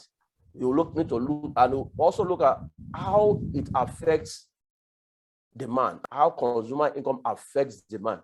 For normal goods, when real consumer income rises, consumers will demand a greater quantity of goods for purchase. When normal income increases without any change to price, the consumer will purchase more. They'll purchase more goods. But when the income reduces, the consumer will purchase less and less of it. They will purchase less and less of it. I will allow Mr. Damole to also speak, but after speaking, I would like to show us a chart that shows how consumers behave when there is either the right shift or the left shift of their income. I will project this to us in the next time I'm speaking, but we need to deal with it because it's not the time to fold our hands and look. Thank you. Okay, go ahead. Go ahead. Exactly. Thank you, Mr. Dean. That's exactly my position. It's not the time to fold our hands. By 2013, we will be dealing with a 1-point consumer situation. This is not a market we want your business to die before it arrives. So we definitely need to start doing something that is different at the moment. And I restate that we need to keep prospecting. We need to reframe our value proposition in such a way that it reflects the reality and we are not run out of business. We need to do things in such a way that our clients, our customers get the best of value from us and stay in business with us. Today, our clients, because of the reality, will have newer needs and greater needs. We can still find a way to meet them at that point and give them services and products that meet their yearnings and aspirations at this same time. So I believe, quite frankly, that it can be done. When things get tough, the tough get going. And this is what we as salespeople need to get to do. We need to sit down and find answers to these various questions, but we must not forget that this is going to be just for a short period. We are going to be back stronger and the market will be something really great for each and every one of us. All right, thank you. Thank you very much. Let me share, I will share my screen now. I will see how our income behave or how consumer behave. Can we all see my screen? Yeah. Okay. The thick blue line here represents the actual point when things are normal, the original situation. But when there is a shift to the right, it represents increase in income. Increase in income.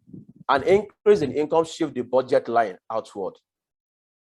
At this point, we'll be able to meet more of our budgets. We'll be able to sell more because consumers are demanding for more.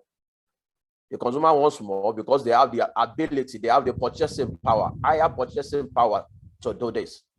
But to the left, when there's a shift to the left, you see that it is a decrease in income, which shift the budget line inward. That means the budget will set, we may not achieve it. The budget will set, we may not even meet it halfway because the purchasing power has been reduced and the consumers are no longer willing to buy as much as what they do before. They are not ready to patronize it. They have to concentrate on the necessities, on the most important things. They have to do ranking. What is my priority now? What is the basic need now? Some will switch onto survival mode. How do I survive? In times of economic uncertainty, many people switch to survival mode and many will prioritize what they need. So as a salesman, if your product falls on necessity, just like data, you are in for it. You witness a boom. Just like the period that we are in now, data is on the increase. As we are on this call now, we are all consuming data. And the telcos are smiling, they are smiling to the bank because it is their period, it is their time. So your product also even determine the behavior or the way the market is to you. To somebody selling luxury items, this period may not be the best. To somebody maybe that is in the real estate, it may not be the best. You will witness a downturn, a shift to the left, a decrease in your sales. Just like a company that I know, there was a need for additional accommodation expansion, and they've identified this. They've identified the place, and they, at the moment to pay, that was when the first lockdown came in. Thankfully, they've not paid. Until today, they have not paid. As a salesman, you have made your projection. I say, this one is a sale. In fact, it has been concluded. The sales have been concluded just for you, for the company to make payments. At that point, the restriction came in and the sale was lost.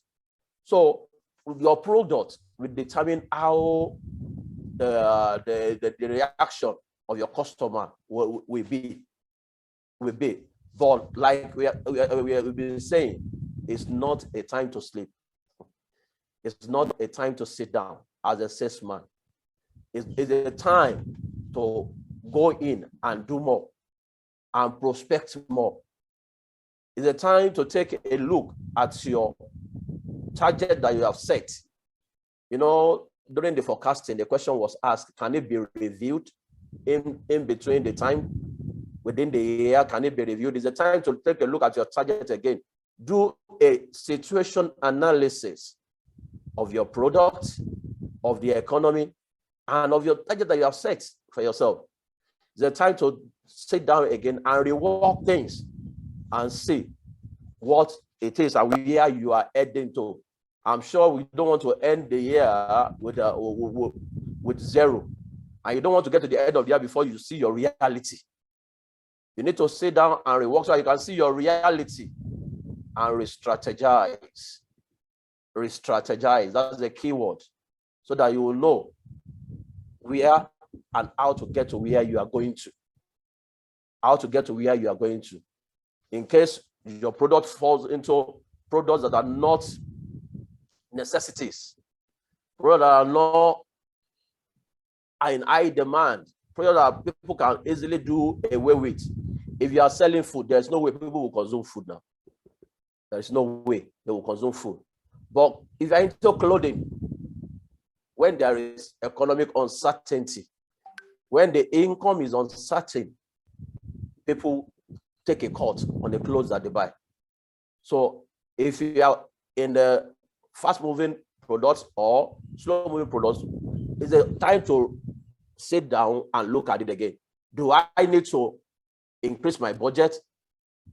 For those who are in the fast-moving consumer goods, those who are in high demand, do I need to increase my budget? Or for those who are in slow-moving goods, do I need to reduce my budget? So this, you have to take note of. You have to take note of this, and you have to rework whatever it is Then we'll look at what are the causes or likely causes of decline in consumer income. What is making consumer income to reduce? We have the economic downturn. We have loss of employment or rise in unemployment, the impact of COVID-19, the increase in price of goods and services. All this can cause consumer income to decline. There are many more of it. We just pick this one out to highlight or to buttress what we are discussing today. In Nigeria today, what can we say about the uncertainty, about the decline, about consumer income? Is it declining or is it increasing? Do we have any challenge concerning consumer income in Nigeria? A deep dive into it will reveal that majority of Nigeria, a larger percentage of Nigerians, even West Africa, even in sub-Saharan Africa, we are facing this challenge of declining consumer income because of the cost of the reasons that we've mentioned earlier. So we need to now sit down as a salesman in sub-Saharan Africa and the West African region. How do I work on my targets? What do I need to do? Do you want to maintain your target as it is? That was set. Maybe you set you made a focus of 3 years. So you have a 3-year plan. It's time to sit down and rejig it and see what is necessary. I will pause here for Sadamole to continue.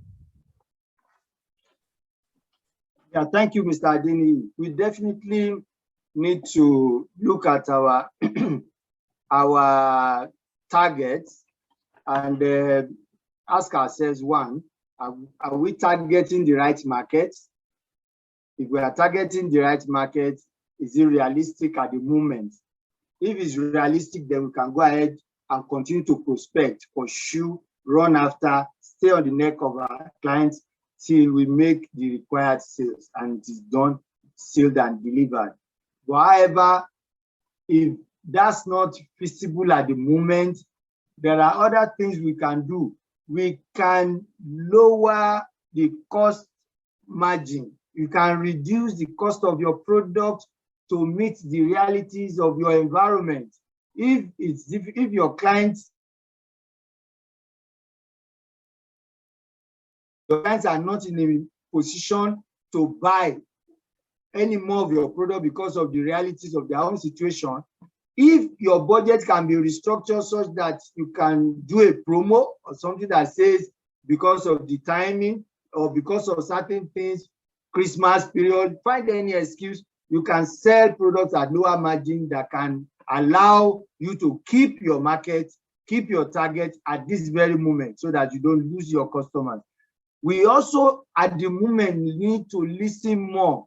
The majority of the buyers we have now are such that they are very, very, very internet savvy. They are here and there. As you are talking to them, they are also checking up on your prices elsewhere. So you need to understand them. You need to listen to them. Do not assume wrongly about them. Otherwise, you are going to lose them quickly. And you need to put your clients first. This is the time when you need to put your clients first.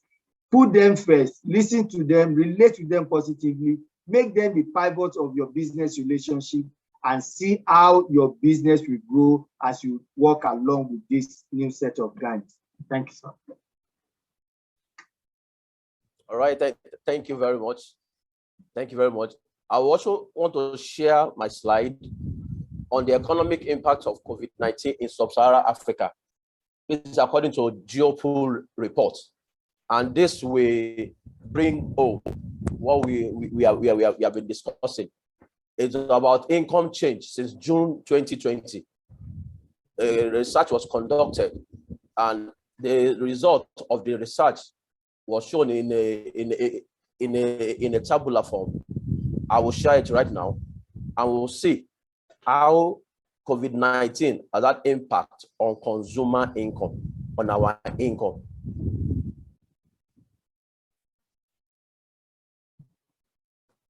Can you see my screen now? Yes. Okay.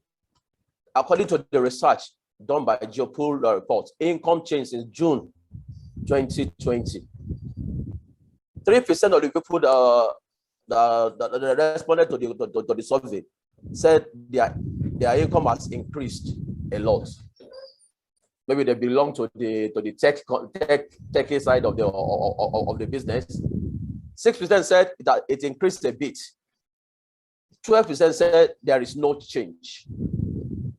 27% said decreased a bit. But if you look at it, the chunk of the people that responded to the survey said 52%, they said there is a serious decrease, that has decreased a lot. There's a serious decrease in their income. And these are based in June 2020, when we have the peak of the pandemic, even up to now. Some incomes are picking up. But if you look at this, it tells us something. It passes on a message to us. And it shows what we need to do as a salesman. As a salesman, if 52% of your consumers are saying that their increase has decreased a lot, that shows that their purchasing power has decreased a lot. It has decreased a lot.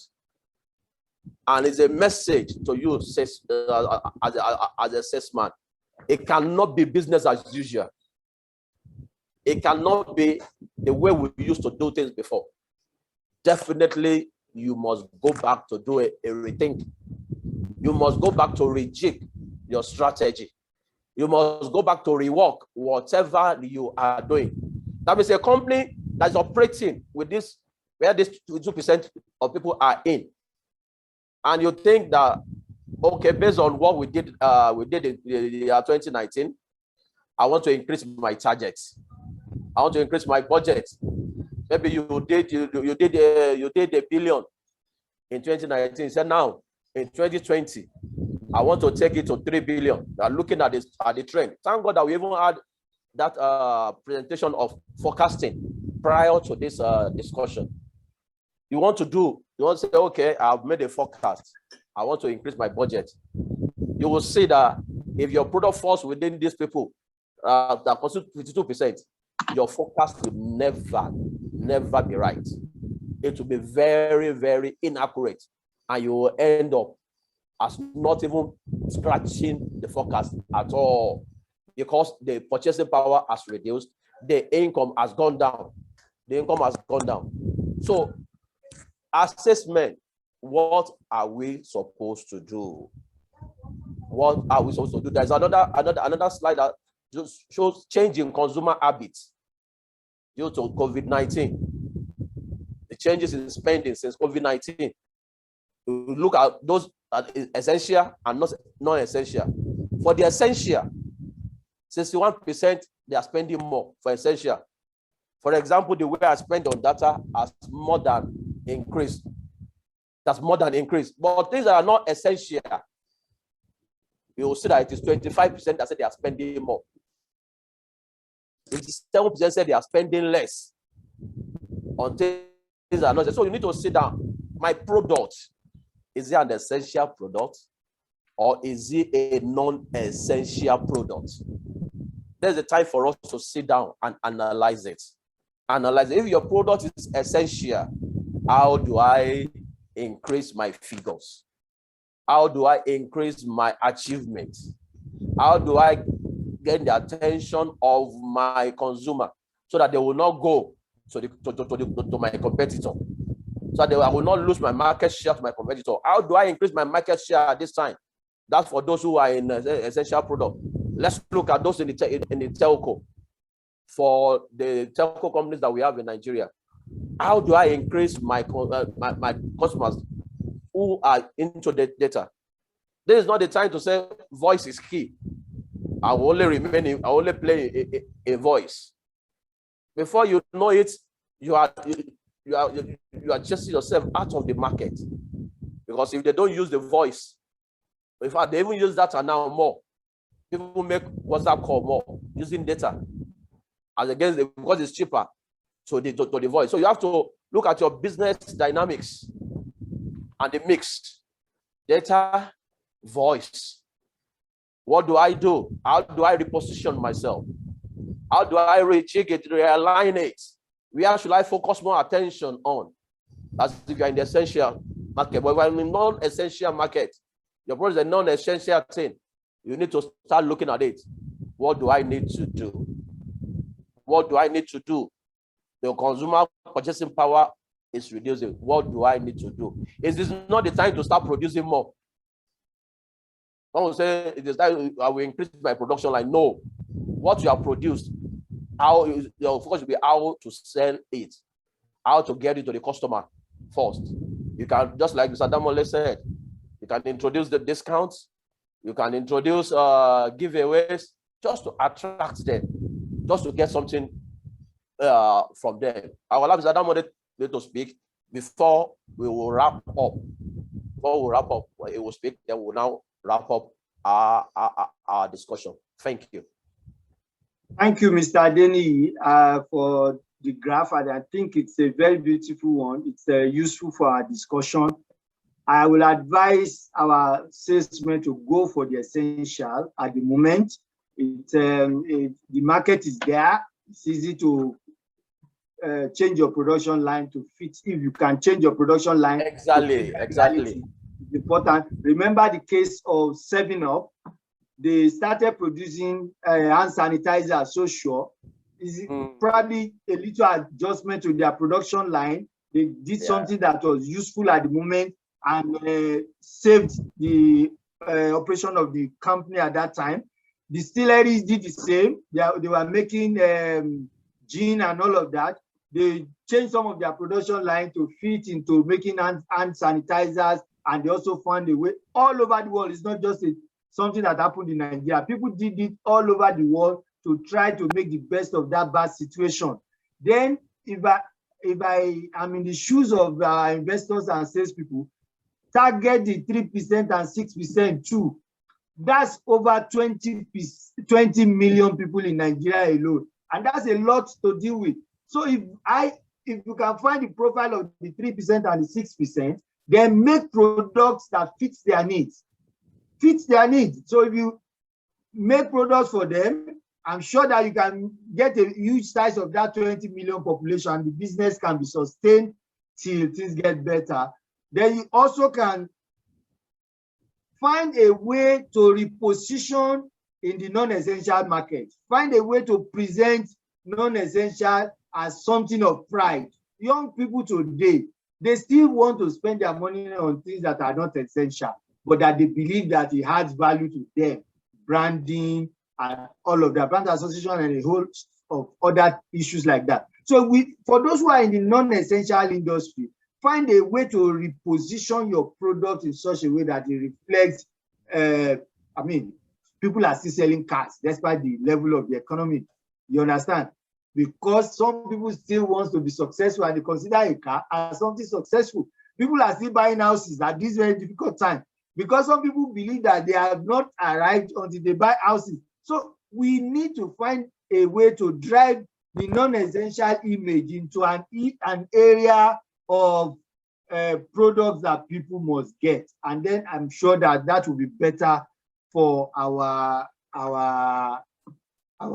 clients and the industry at the same time. Thank you very much, Mr. Adeni.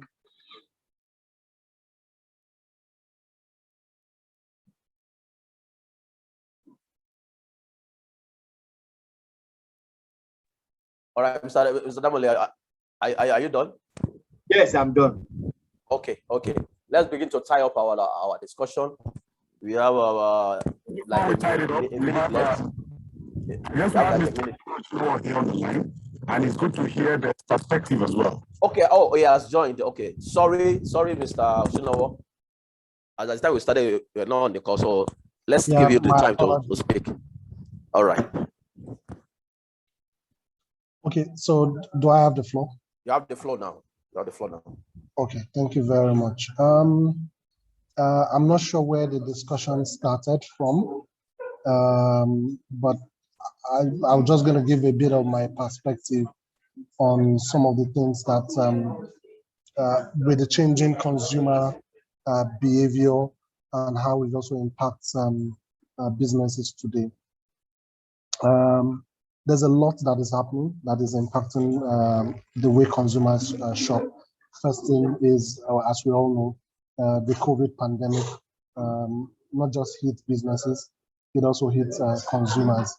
In terms of the buying power also reduced. So consumers are not able to buy as much. So I give an example, and this is what we see from e-commerce point of view. A lot of people would normally want to shop for the entire month. So you go into a ShopRite or you go into a Spar, and you want to buy provisions for the entire month. People are finding it difficult to do that today. So you need to start rethinking how do you present offers and promotions and products to the consumers when they are not shopping for the entire month. Some people are still shopping for the week. Now people want to shop by the day. So even in e-commerce, we are seeing that shift from e-commerce now to quick commerce, where people are not waiting for the next day, for the next 2 days. They want it within the hour because they just want to buy two cans of sardines, not buy a whole carton of sardines that they will eat for the whole month. That spending power is not there. That's on the consumer side. We also see that with the whole COVID lockdown that happened last year, that translated into this year, a lot of people now are a bit more price sensitive because businesses are now, because of the supply chain issues that happen, the cost of products have gone higher. If you think about electronics, it's gone between 17 to almost 40% increase in prices. So that is forcing people to start rethinking how they spend and how they save up for critical spend that they need to do. So that's on the consumer side. On the business side, businesses are now beginning to rethink their business model.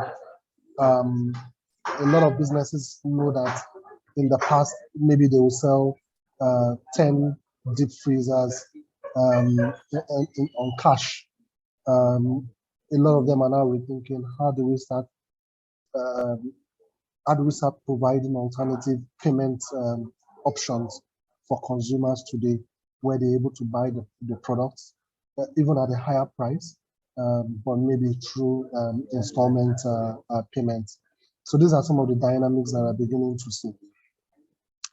But for me, what is critical for business growth at any point in time, whether there's a downturn in the economy, whether there's a shift in business model, whether there's a change in consumer behavior or a pandemic happens like this, is where do you find the next growth opportunity? I had some couple of slides, but I'll just talk through them. And the question is, how do you create a new market, disrupt the existing ones, or find new users that you never had before? And this, if you start from this question as a business, I think that is where you start finding your growth opportunities. Where do I find new customers? How do I disrupt the current industry? And most importantly, how do I create a new market that never existed before? So take, for example, 7UP.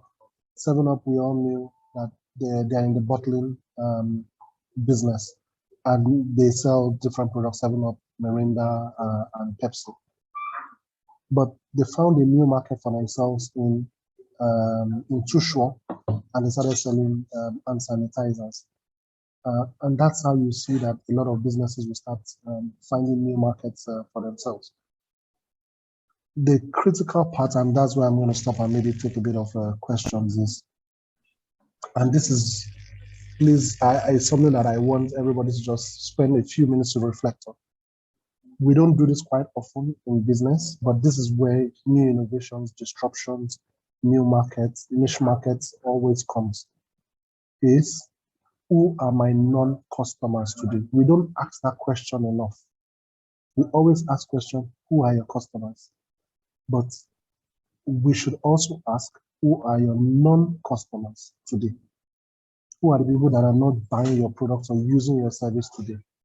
The moment you start asking these questions, for example, somebody who is in the hotel business would ask, who are my non-customers today? Somebody that is selling bottled water, who are your non-customers today? Somebody who is providing transport solution or transportation service, who are your non-customers today? The moment you start asking this critical question, that's when you start finding the real solutions to growth in this era, and that's how you start recalibrating your how to reach your targets. So you are better off going after customers that are underserved, or customers that people have neglected, or customers that people never thought of needed a particular product. But unfortunately, we always focus on our existing customers, and we don't know why some customers do not do business with us. So it is critical that we start asking these questions, and from these questions we start finding new ideas, innovative solutions to critical problems. I want to stop here just for us to be able to reflect on it, and if there's questions on the topic, I'm more than happy to share my thoughts from my own experience. All right. Thank you very much, Mr. Shino. That was very insightful. I think we can go into the question and answer time now because of our time. I think we have the first question here. It says, what recommendation will you give to insurance companies in light of reducing purchasing power of consumers? What recommendation will you give to insurance companies in light of reducing purchasing power of consumers? So, Shino, you want to go? Yes, very good question, because I last 2 weeks ago I made a presentation to an insurance broker, and I said that one of the challenges that the insurance industry faces because they've never experienced disruption. And I'm just trying to quickly pull up some of the thoughts that I shared with them. Is to start, and I called it the growth agenda for the insurance industry. You need to start thinking of how do you shift from reactive to being proactive service. You don't see it as a product again. You need to move from more away from being product to more revenue coming from service-based business. I'll give you an example. It's something that we've seen with a lot of the insurtech companies today, where they are more than just selling the premium. They are more into selling a solution. For example, we've seen insurance companies now looking at things that help you reduce the likely occurrence of you raising claims. They put like a tracker in your car. You get incentives for driving properly, for making less claims. If people are now beginning to think of how do we sell one suite of products to a customer. So today I have car insurance, I have life insurance, I have health insurance, and which was the last one? When I travel, I have travel insurance. All 4 of them coming from 4 different insurance companies. And we have this customer segment that at every point in time, I've got these 4 products. How do you do it in such a way that you're able to offer that one service to them, that they're able to get all 4 services, all 4 products, without thinking about different insurance companies, insurance brokers, and all that. Whoever is able to unify that and is able to sell that as one service to the to the customers would win the race. I don't know if that answers your question. All right, thank you very much. I don't know if Mr. Damwele wants to shed more light. Do you have a thought on it? Yes, I think Kola did hit the button, right? I think they need to find solutions that help people weather the storm. We're in a difficult situation. Insurance is supposed to help people get back to where they were. And that understanding needs to be redone in such a way that it meets the realities of this time. It must not be seen as a business where we get to do nothing at the end of the day and then make a lot of money. They need to find a way to restructure the business in such a way that there are pockets of answers that helps people weather these difficult times. There are many industrial requirements, many transport industry requirements that are different from what they used to do. There are many SME, new development, new emerging challenges that they need to poke their noses into and find answers that are immediate, that can readily help people get out of that problem, and then they will be successful. All right, thank you very much. I would like to cap that up by saying this is even the time to sell more for those insurance industry. In the period of uncertainty, but that's why we have insurance, to guide against uncertainty. It's time to sell more. It's the time to reinvent yourself. When you reinvent, you will get more business in this time. So it's time for you to even grow more. So look inward, do a thorough analysis, situation analysis on virtually every segment of the economy, and you will see that you have more sales and more business. So I don't know if you have more questions. For this, yeah. Sorry, Tony. Sorry. Yes, Thank you very much. Honestly, this session has given me a rethink about the number of things that I begin to look. In fact, it has just opened my mind. Your voice is not clear. This session has actually opened my mind to quite a number of new things that you guys have spoken about this afternoon. So much from what you have said, from looking at the millennial and so looking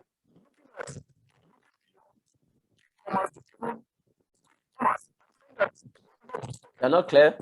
You're not clear. they're not talking of a week. They're even talking of for now. So I think you guys have brought in different perspective, fantastic perspective for us to go and look at the industry and see what we can come up with.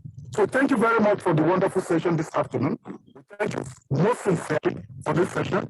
And as you are able to share your thoughts and your contribution with our participants. Thank you very much. So on this note, we'll be concluding this session and by extension, concluding today's part of the session. Thank you.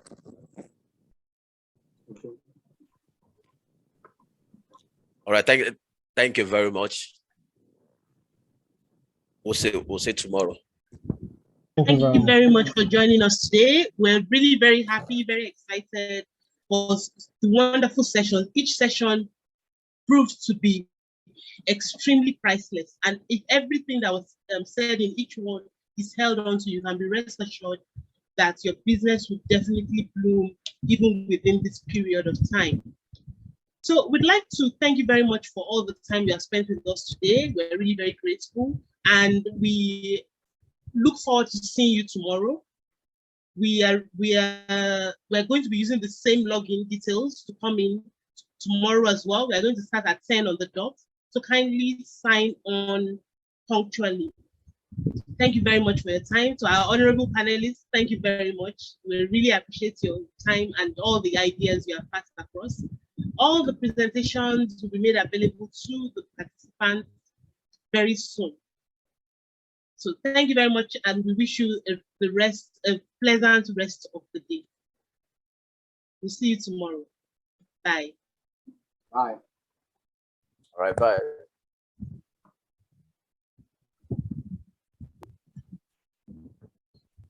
Bye-bye.